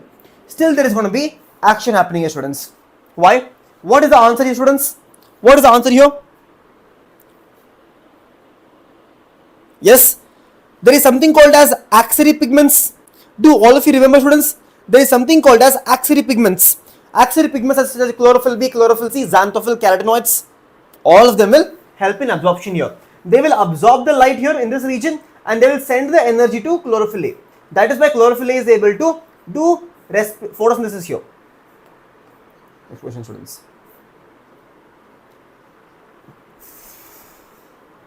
How does the PS2 supply? How does the PS2 supply a continuous electron? Because of photolysis of water. Because of photolysis of water. Because of photolysis of water, there can be continuous supply of electrons. There can be continuous supply of electrons can be there.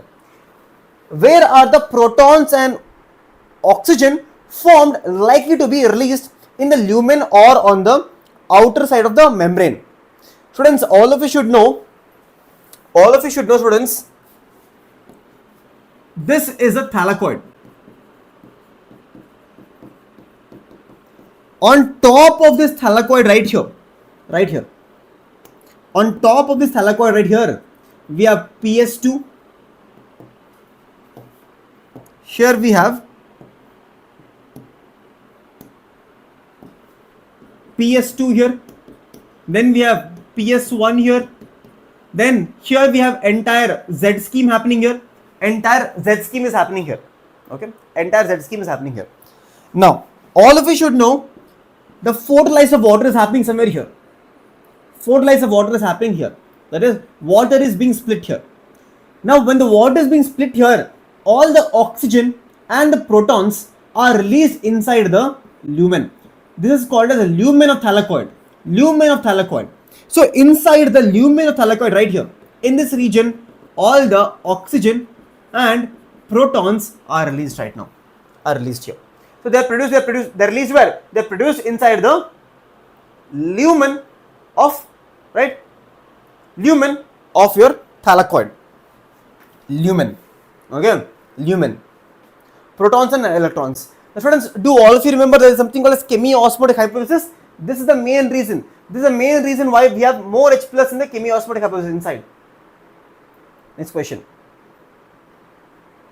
Can you say that calling the biosynthetic phase as dark? Can we say that calling the biosynthetic phase as dark reaction as misnomer? First of all, students, understand. First of all, students, all of you need to understand what is the meaning of misnomer. All of you need to understand what is the meaning of misnomer. The meaning of misnomer is that something which is not true. Something which is not true. Now, students, if you were in class 10th, and I tell you light reaction and dark reaction, what is the first thing which comes to your mind? Obviously, you'll think, if you're in class, you'll think light reaction happens in light, dark reaction happens in dark. Is that thought coming to your head, students? Like, yes, sir. Light reaction happens in light, dark reaction happens in dark. But is that the truth? No. The truth is very different. The truth is that light reaction happens in the presence of light because it requires light. While at the same time, dark reaction, it's called as dark reaction because it does not require light. As a matter of fact, dark reaction, it will occur in the daytime. Dark reaction, students, dark reaction will happen in daytime. Dark reaction will happen in daytime also. It will happen in daytime. Dark reaction will happen in daytime also. Clear all of you? Clear? It's just that it doesn't require light. It is light independent reaction. It is also called as light independent reaction, students. Okay. 3 atoms, 3 carbon compound, 3 carbon compound, students. Okay. This is a very good concept, student. This is a very good concept. Understand, all of you, understand. Let us ask ourselves a question that was asked by scientists. So I am asking you a question right now. Students, I am audible, right? Yes, I am audible. Okay. Now, students, I am going to ask you a question right now, which even scientists were not able to answer that time. All of you ready, students? All of you ready? The same question even scientists were not able to answer, and they were breaking their head over it. They were breaking their head. Okay.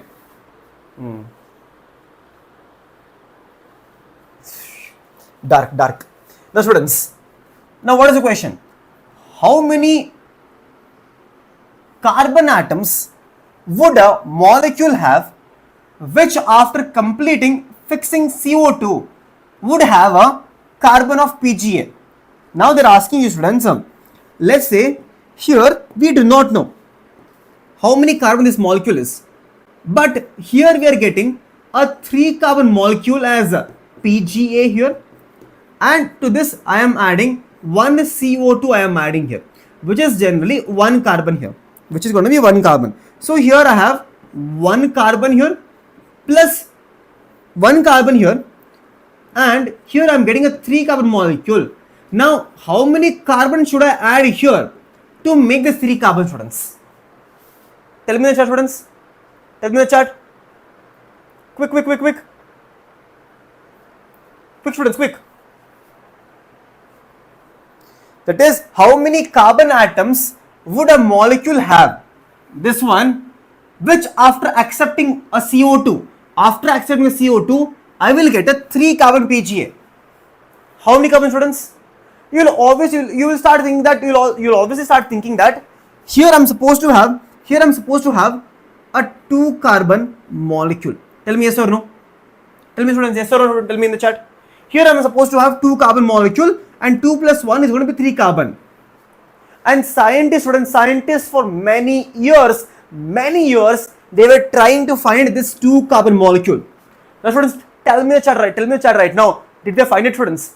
Did they find it? Did they find the 2 carbon compound? Tell me yes or no. Did they find this 2 carbon compound?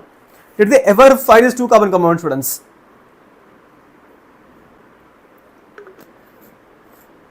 Nope. They could never find it. They could never find this 2 carbon compound. No. They could never find this 2 carbon, students, because there was never a 2 carbon compound here. There was never a 2 carbon compound. In fact, there was a 5 carbon compound called as RUBP. And this 5 carbon plus 1 carbon is supposed to be 6 carbon. That's why we do into 2 here. So 2 into 3 is 6 carbon here. 5 plus 1, 6 carbon here. 6 carbon, and that made sense to them later on. But initially, for years together, they were trying to find a 2 carbon compound. Okay. RUBP. This is your C3 cycle, all of you can see here. RUBP, carboxylation, 1 CO2, we get 3 PGA, 2 molecules of 3 PGA, students. 2 molecules of 3 PGA. 3 PGA, students. Done, all of you? Done? Okay. Now, students, this is a PYQ writer. They will ask you directly how many ATP and how many NADP is required for 1 glucose formation. Okay. They are asking you difference between C3 and C4. Yes, there is a difference, students. In C3 plants, there is no Kranz anatomy. In C4 plants, there is a Kranz anatomy. In C4 plants, students, there is a Kranz anatomy as such. Kranz anatomy as such, students. Okay. Study vertical section of leaves, one of the C3 plants and other of C4 plants. Do you notice that in C3 plants, mesophyll cells are loosely arranged without the special structure? In C4 plants, they will have tightly arranged bundle sheets. Bundle sheets, students. Vascular bundle, there is a difference here. In the case of your C4 plants, large specialized bundle sheet cells are present here. Okay. Students, This is very important. The entire difference between C3 and C4 is very important, students. Now, students, I'll give you exactly 30 seconds. I'll give you 30 seconds. Just look at this image right now and try to learn this image. Then I will show you the difference between C3 and C4. Once you're done, just say done sir in the chat. This is your C4 cycle here. I want all of you to remember the difference between what exactly is happening in mesophyll cell, what exactly happening in bundle sheath cell, and here is your C4 cycle.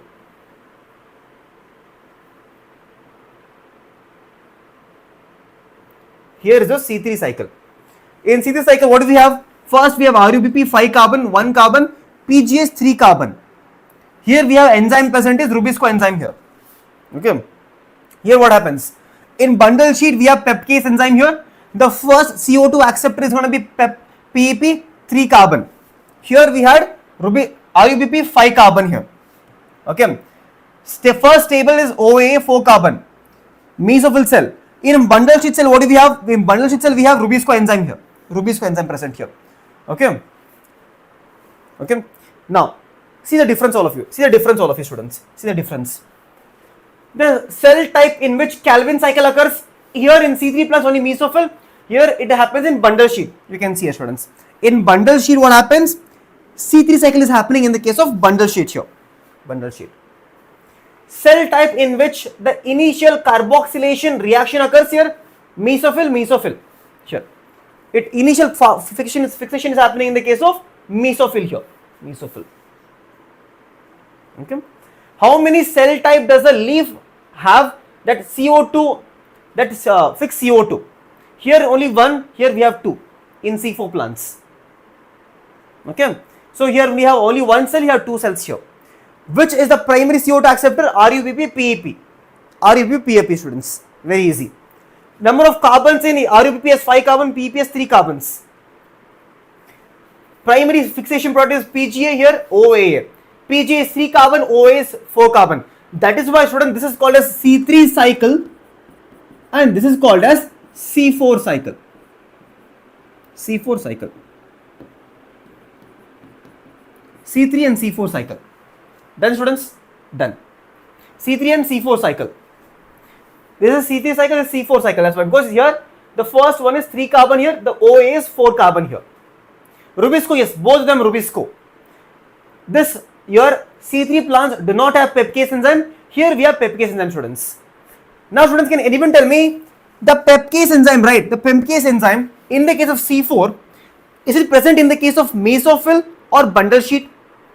Students, in the chat. Here, peptidase enzyme is present in the case of mesophyll or in the case of bundle sheet. Paul, I will not be teaching you right now the entire C3 cycle, C4 cycle. You have to watch previous lecture to understand C3 and C4. If I teach you C3, C4, again it will take 30 minutes. It's revision time. Where do you think we find peptidase here? Peptidase can be found by students. Peptidase can be found in the case of mesophilia. Peptidase can be found in the case of mesophyll, not in the case of bundle sheet.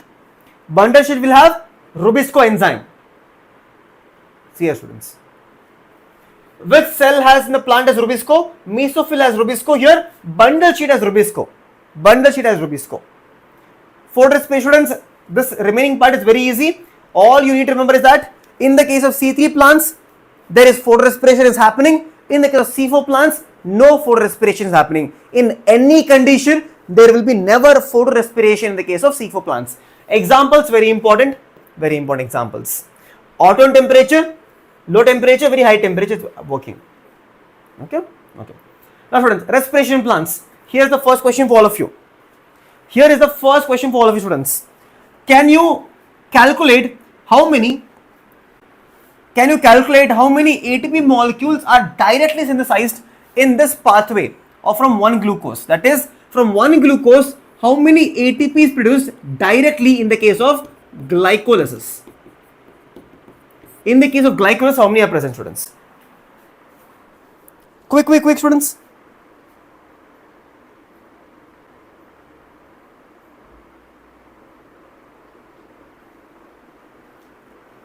Quick.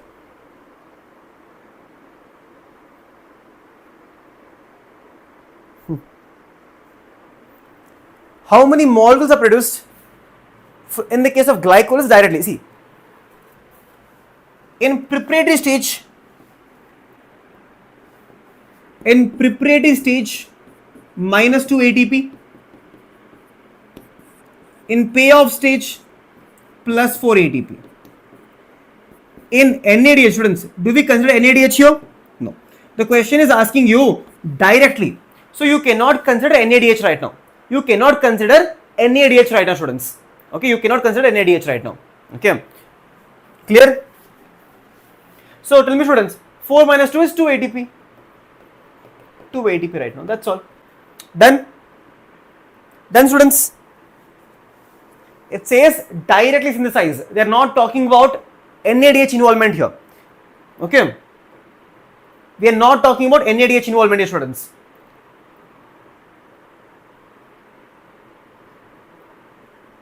Then students, all of you understood? All of you understood, students, how 2 ATP? Payoff 4 here, minus 2. 4 minus 2 is 2 ATP is produced here. Okay, okay. Now, what is the net ATP synthesized? Calculate how many ATP synthesized deducted from your alcoholic fermentation or lactic acid fermentation. Again, in lactic acid and alcoholic fermentation, students, in lactic acid and alcoholic fermentation, you do not take NADH again, because the NADH is consumed in this step. NADPH is consumed here.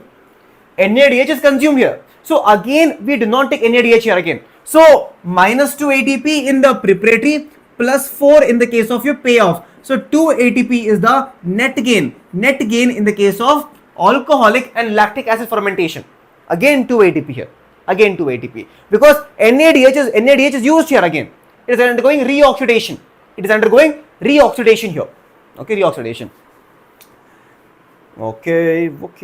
Then what would be the maximum concentration of alcohol in beverages that are naturally present? That is 13%. 13% is natural. If it goes above 13%, the bacteria or yeast undergoes alcohol poisoning. Alcohol poisoning, students.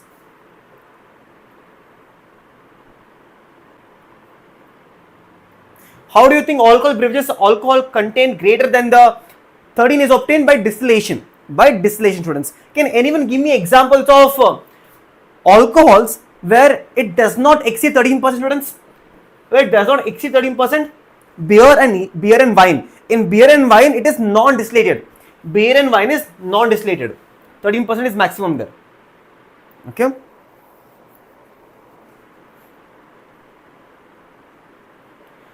What is the role of NADH and FADH? They are used by students. NADH and FADH are used in the ETC. They are used in the electron transport chain. They are used in electron transport chain. Students, can anyone quickly tell me in the chat right now how many ATPs has the NADH produced and how many ATP the FADH produced? Students, anyone?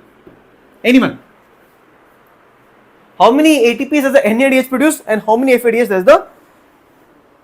How many ATP FADH produces, students?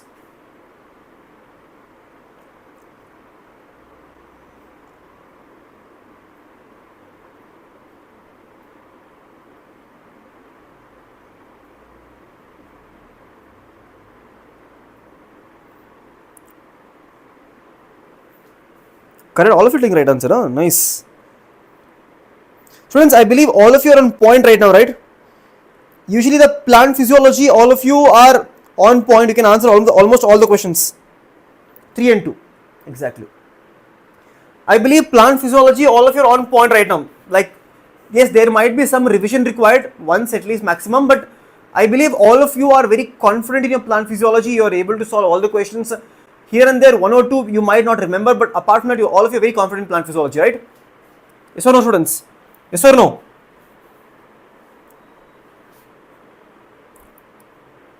Full super confidence. Students, I'm not able to see the chat there, so I'm holding the phone. I can't see the chat there. It's very difficult to see the chat.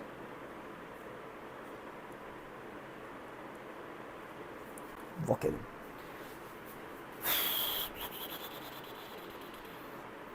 Here's the first question. Swelling of piece of wood is an example of, students, it is not a growth. Because growth always has to be what? Growth has to be non-reversible. Once you're grown now. You cannot go back to being normal before. Okay, so growth is irreversible in nature. Piece of food is not a part of it. What would happen if the meristematic cease to exist, students? Does it happen in nature? It does happen. There are certain examples where meristem starts to stop growing itself. For example, in the case a plant is growing very old, senescence. The plant is reaching senescence, meristem will stop growing. Then there are certain cases where plant becomes very dormant in nature, it will start growing. If you completely remove the top part, again there is no meristem there. So meristem can stop growing, there is the cases. If the meristem stops growing, the plant will not grow in very tall. The plant will not grow very tall that time. It ceases to divide. Now students, a sigmoid curve is a characteristic of living organisms growing in a natural environment. It is typical of all cells, tissues and organs of a plant. Can you think of more similar examples? The question is asking you, students, in which other conditions do you find such type of graph? In where else, students? Where else do you find such type of graph? Do you find where we can find lag, log, and asymptote? This is your logistic. No. This right here is your sigmoid growth here. Sigmoid growth. By mistake I told the answer, students. By mistake I told the answer. I almost told the answer by mistake, students. Where else do you find such a type of growth, students? Somewhere in ecology. Somewhere in ecology do you find such type of growth, students? Somewhere in ecology. Yes or no? Students. Somewhere in ecology you find such type of growth. Your logistic growth. Also remember logistic growth. In logistic growth we have lag, log and exponent or asymptote. In the case of students, we also find such growth curve in the case of bacterial growth also. Bacterial growth. A bacterial growth will also have lag, log and asymptote. Bacterial also. A wound healing, same process. We can observe. Same thing. What kind of curve can you expect in trees showing seasonal activity? Again, sigmoid itself, sigmoid.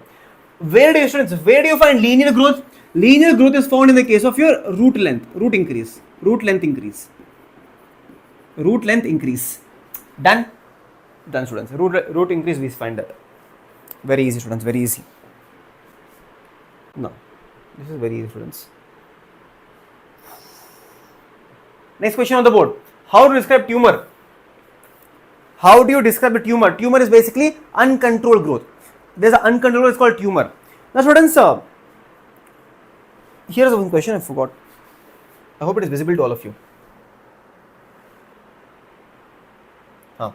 What would you call the parenchyma cells that are made to divide under controlled laboratory conditions during the plant tissue culture, students? During the plant tissue culture, right?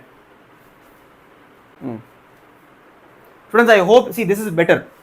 If you focus on the class, it's much more better than you commenting in the comment section. Because if you fight in the comment section, you will waste your time, right? So I want everyone to participate and understand the concept rather than just wasting time in the chat. Okay, so I want all of you to participate. So what is going to happen, students?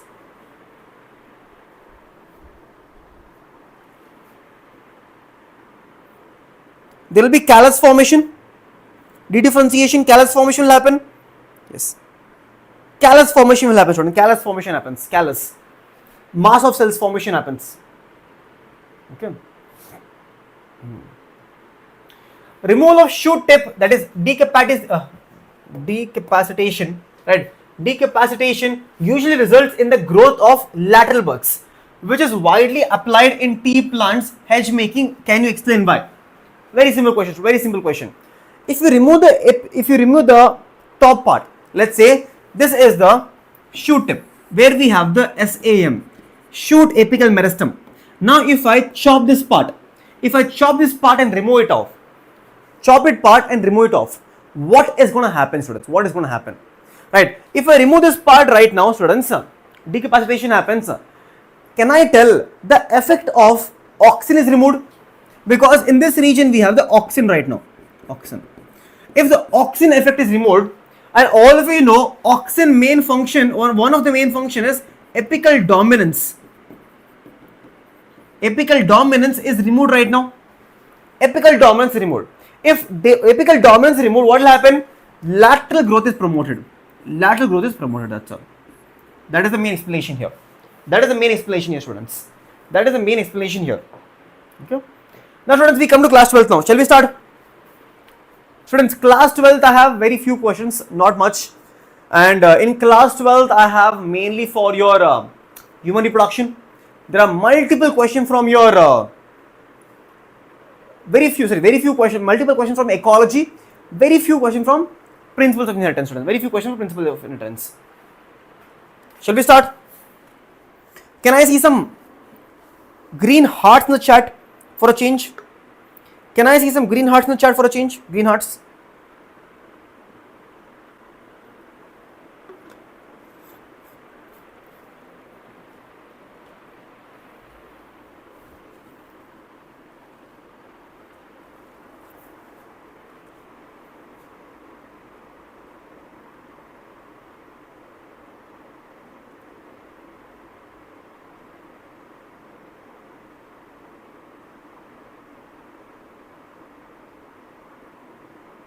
Yes, let's go. Now, students, the first question on the board: what would be the number of chromosome in spermatid? Number of chromosomes in the case of spermatid. Now, first of all, students, tell me in the chat right now: is a spermatid haploid or diploid in nature?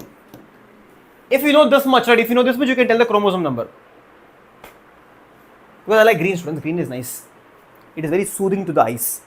Students, you might have observed that when you go to the nature, and you look at all the green plants, it is so soothing to your eyes that you feel relaxed immediately.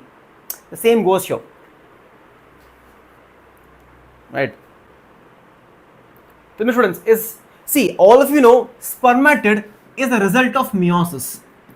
It is the result of meiosis 1 and 2. If a cell is undergoing meiosis, it is always going to be haploid in nature. Yes, it is going to be haploid in nature.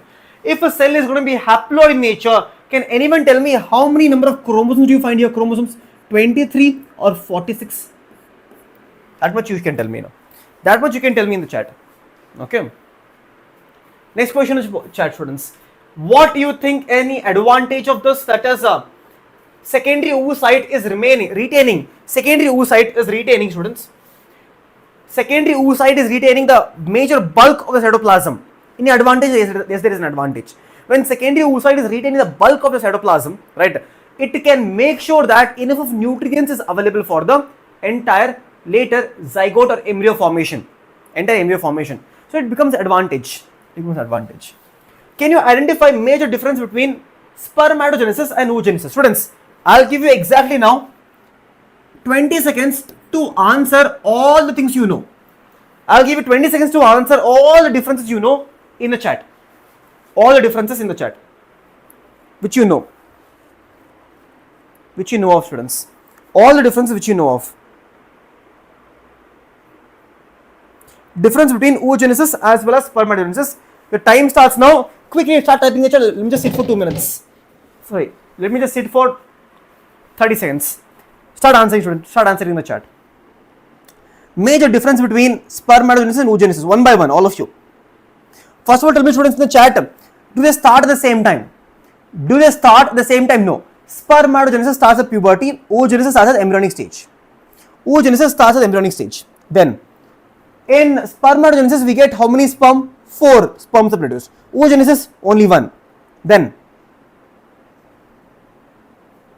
students, all of you, I want quick differences. Formation of sperm is called as spermatogenesis. Formation of egg is called as oogenesis. Correct. Spermatogenesis happens in the case of males. Oogenesis happens in the case of females. Correct. Then,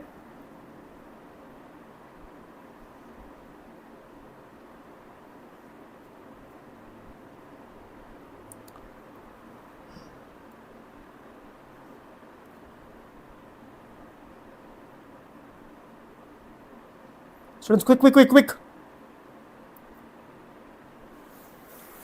Done, all of you? Let's say small difference here. See here. Definition is what? Formation of sperm, formation of female, in the female here, male here. Location, seminiferous tubule, ovaries of testis, puberty, embryonic stage, continues throughout the life after puberty, occurs every month from puberty to the till the menopause. After menopause, oogenesis stop completely. 4 sperm, 1 egg, equal division of cytoplasm, unequal division of cytoplasm, more in the case of your secondary oocyte, less in the case of your. No prolonged resting phase. Here there is a resting phase, that is diploiding stage. Millions of sperms daily, 1 worm per menstrual cycle. No polar bodies, motile sperm for single egg to be produced. That is the major difference between the entire oogenesis as well as spermatogenesis. All of you can remember. Next question they're asking you the ploidy of zygote. Diploid. Zygote is going to be diploid in nature. Zygote is going to be diploid in nature, students. Diploid in nature. Students, again, here they can ask you this entire thing, students. Again, I'm telling you multiple times, one question can come here. That is, when is the heart formation? When is the first movement? Eyelid separation, hair on the head. When does it happen? Every single month. So all of you have to be very clear. This is very important in this chapter. Very, very important in this chapter. So please be very careful here. Please be very careful here, students. Okay, learn this part. Learn this part, students. Now, next question on the board. What do you think the doctors inject to induce delivery? For example, there is certain hormone which is released by the pituitary. But if the mother is not able to produce enough of this hormone, it is artificially induced. Which is that hormone, students? Which is that hormone? Which is the hormone, students? Which is the hormone which is artificially induced?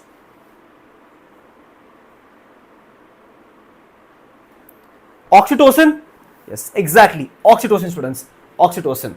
Now, students, we come to principles of inheritance variation. Again, in text, they'll not ask you much here.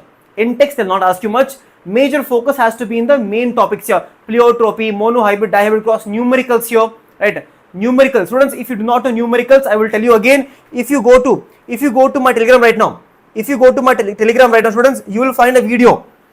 If you go to my Telegram right now,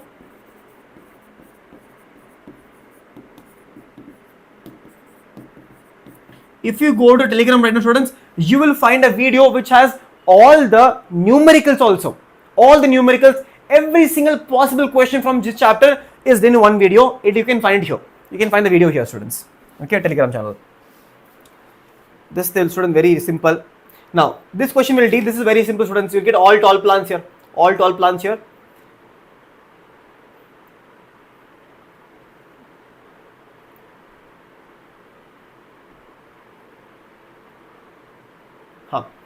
Students, we will discuss what is test cross right now.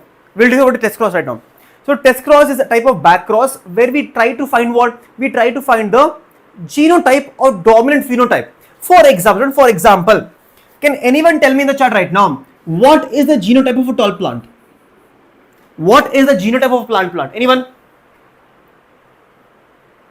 Can anyone tell me, students, what is the genotype of this tall plant? Now, students, this tall plant right here, can be capital T or it can be capital T small t. Any one is possible. This right here is a dominant phenotype. Okay. Dominant phenotype here. So we take a dominant phenotype, and this one is basically from your F1, right? Because F1 can have both, right? Dominant phenotype, and we cross it with the recessive parents. Recessive parents are going to be what? Small t, small t, small t, small t. This right here is going to be what, students? A test cross. Here. Okay. This right here is a test cross. Clear, all of you? Clear? This right here is a test cross right here. Why do we do it? To find this genotype of this tall plant. It can be this or this. To find the genotype, we do a test cross. What is the ratio here? 1:1 is the ratio. This is a good question. Students. How many phenotypes are possible? How many phenotypes are possible in the case of the blood grouping? Back cross is basically, back cross can be two types. Test cross is a type of back cross. Out cross also is a type of back cross. In test cross, we take a dominant phenotype and cross with recessive parents. Cross with recessive parents. In the case of outcross, we take dominant parents. Okay. In the case of outcross, this is for test cross. This is for test cross. In the case of outcross, what do? We capital T, capital T. This is called as outcross. Outcross. Both are type of what? Both are type of backcross. Both are type of backcross here. Okay. Both are type of backcross right now. Tell me, students, how many types of genotype do you find here? So how many types of phenotype do you find here? Types of phenotype you find here. Students, a simple formula here to find the number of phenotypes. To find the number of phenotypes, you should always do something called as n plus 1 condition. N is going to be number of alleles here. N is going to be number of alleles. Now students, tell me in the chat quickly, how many types of alleles do you find in the case of blood grouping? 3 alleles. IA, IB and small I. Okay. So 3 plus 1 is going to be what? 4. So there are totally 4 different phenotypes here. A blood grouping, B blood grouping, AB and O. How many genotypes? How many genotypes? 1, 2, 3, 4, 5, 6 genotypes are there totally. There are totally 6 genotypes. In total there are 6 genotypes here. For A blood grouping we can have IA or IA small I, IB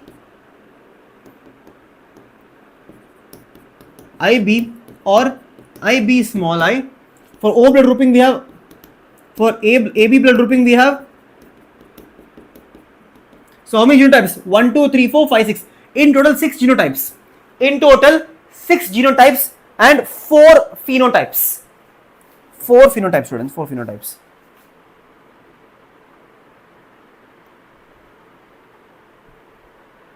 Students, again, this is very important. Hetero, that is the sex determination in the case of male and female. That is what is asked here itself.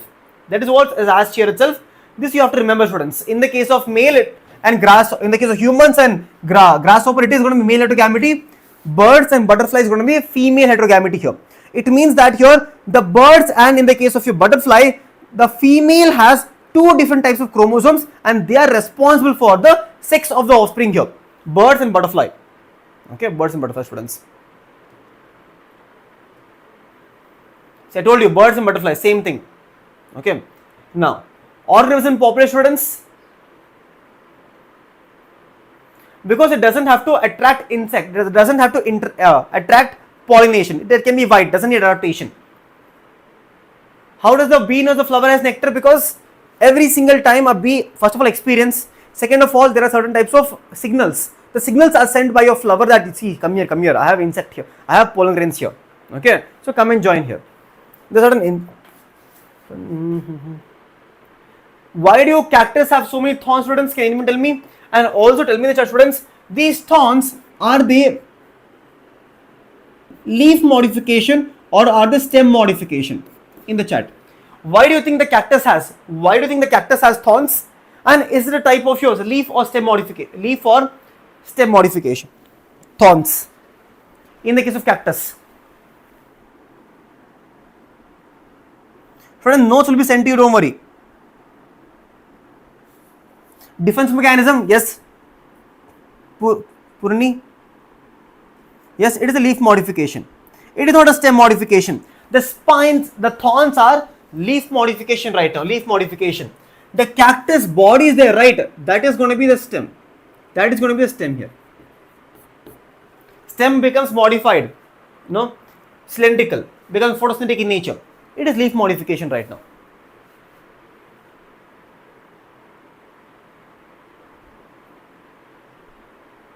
Imprintation. Okay.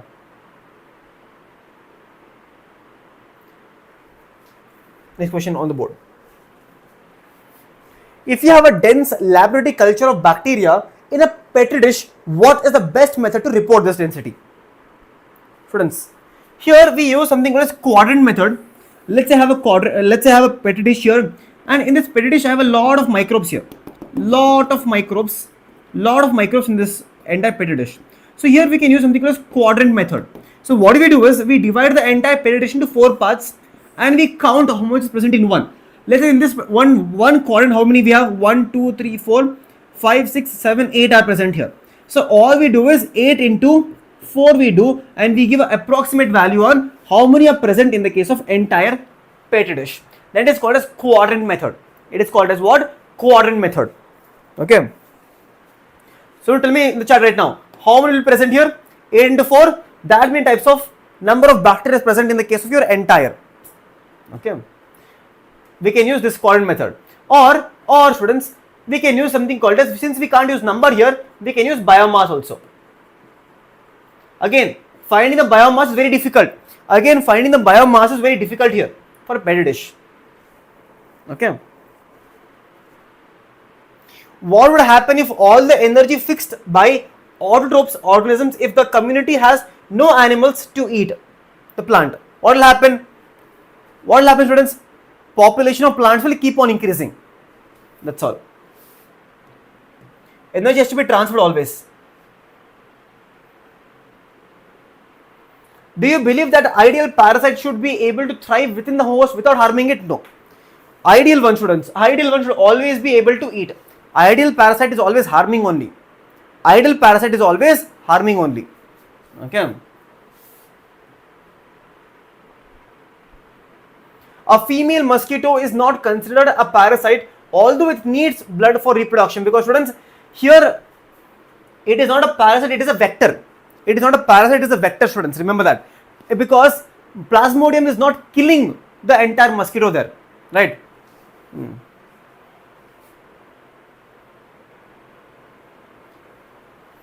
Vector. Now students, ecosystem question. Measure of dry weight is more accurate, because students, in dry weight there is no variation. Let's say if you have a wet weight, if you take wet weight, it can change based on the environmental condition. More water, less water, it can vary. That's why we always, when you try to find a biomass, we always say dry weight, because it's very consistent. Okay, it's very consistent. Okay. Any limit in detritivores food chain? No. In detritivores food chain also we can have something called a 10% law. 10% law is also applicable in detritivores food chain. Here's the question. The question is that in grazing food chain, we have 10% law. 10% law. Do we have the 10% law in the case of detritus also? Yes, we do. Yes, we do.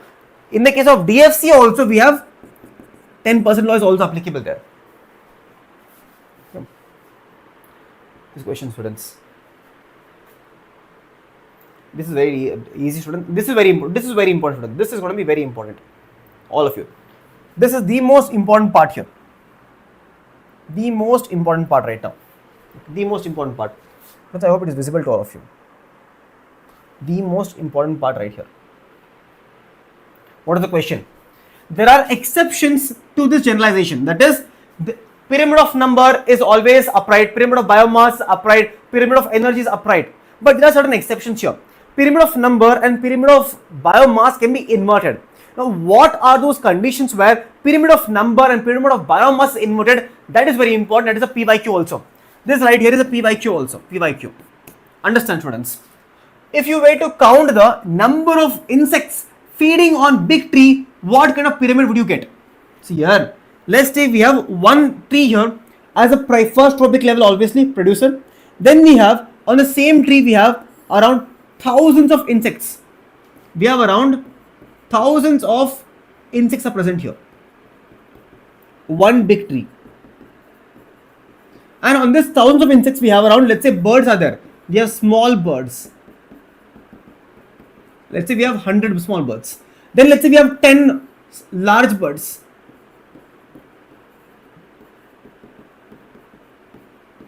Ten are present. So do you see that pyramid of number can also be inverted? Pyramid of number can also be spindle shape, or it is inverted, right? It is inverted here. It is not a proper upright image here. It is like something like, it has curves here. Okay.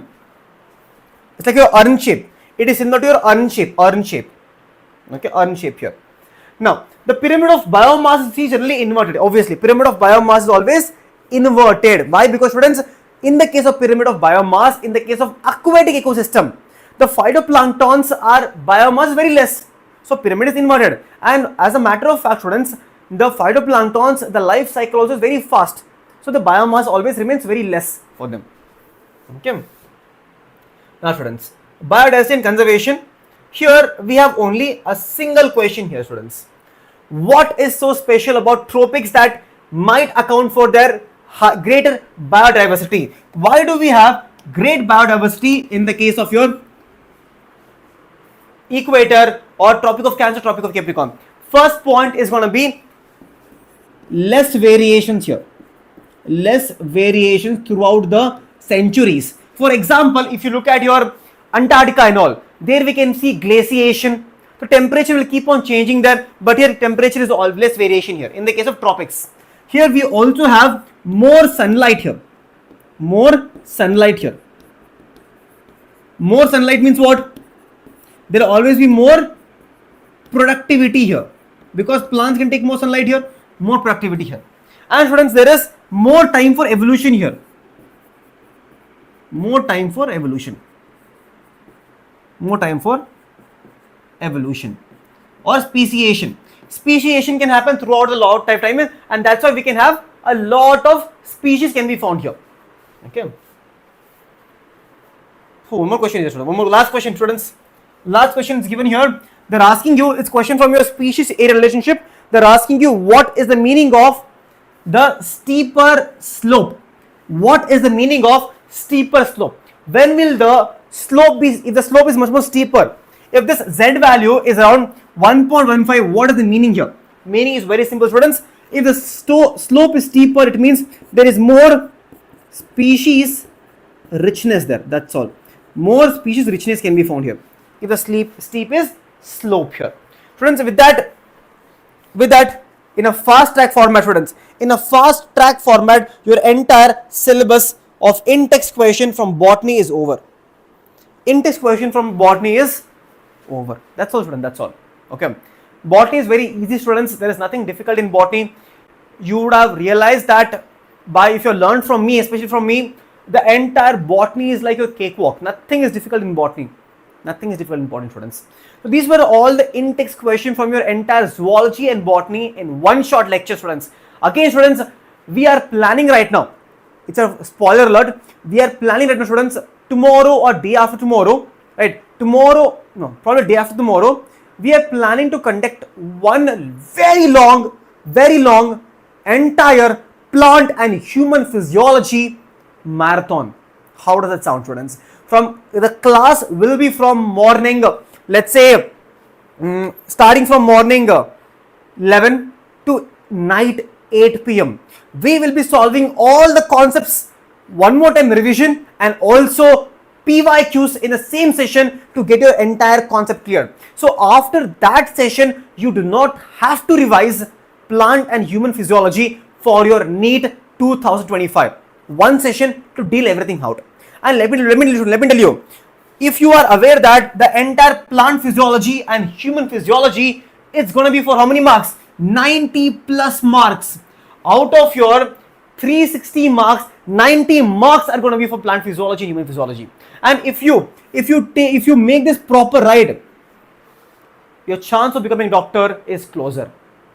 And students, again, before I go again, I'm telling you, students, there are a lot of offline centers, right, of Vedantu. We are increasing next level. We are increasing, right. Now, if you are aware that we are coming to Chennai and we are coming to Hyderabad. Yes, we are coming to Hyderabad actually. We are coming to Hyderabad, and the dates, we'll soon tell you the dates because dates are not confirmed here, as Gopika ma'am told. If you're from Bangalore, we have a center in Bangalore, that is your JP Nagar center right here. JP Nagar center right here in the case of Bangalore, right here, students, JP Nagar center. Now, students, again, if you are a NEET 2026 aspirant and you're watching this lecture right now, if you can join the offline center, you will have a lot of offers for 2026 aspirant. 2025 it's over. Okay. If you're 2026 aspirant, you have a lot of offers, and if you want to see any offers, you can go to the description of this video. You can find a lot of things there, students. Thank you so much, students. Thank you so much. Okay, thank you so much, students. Thank you.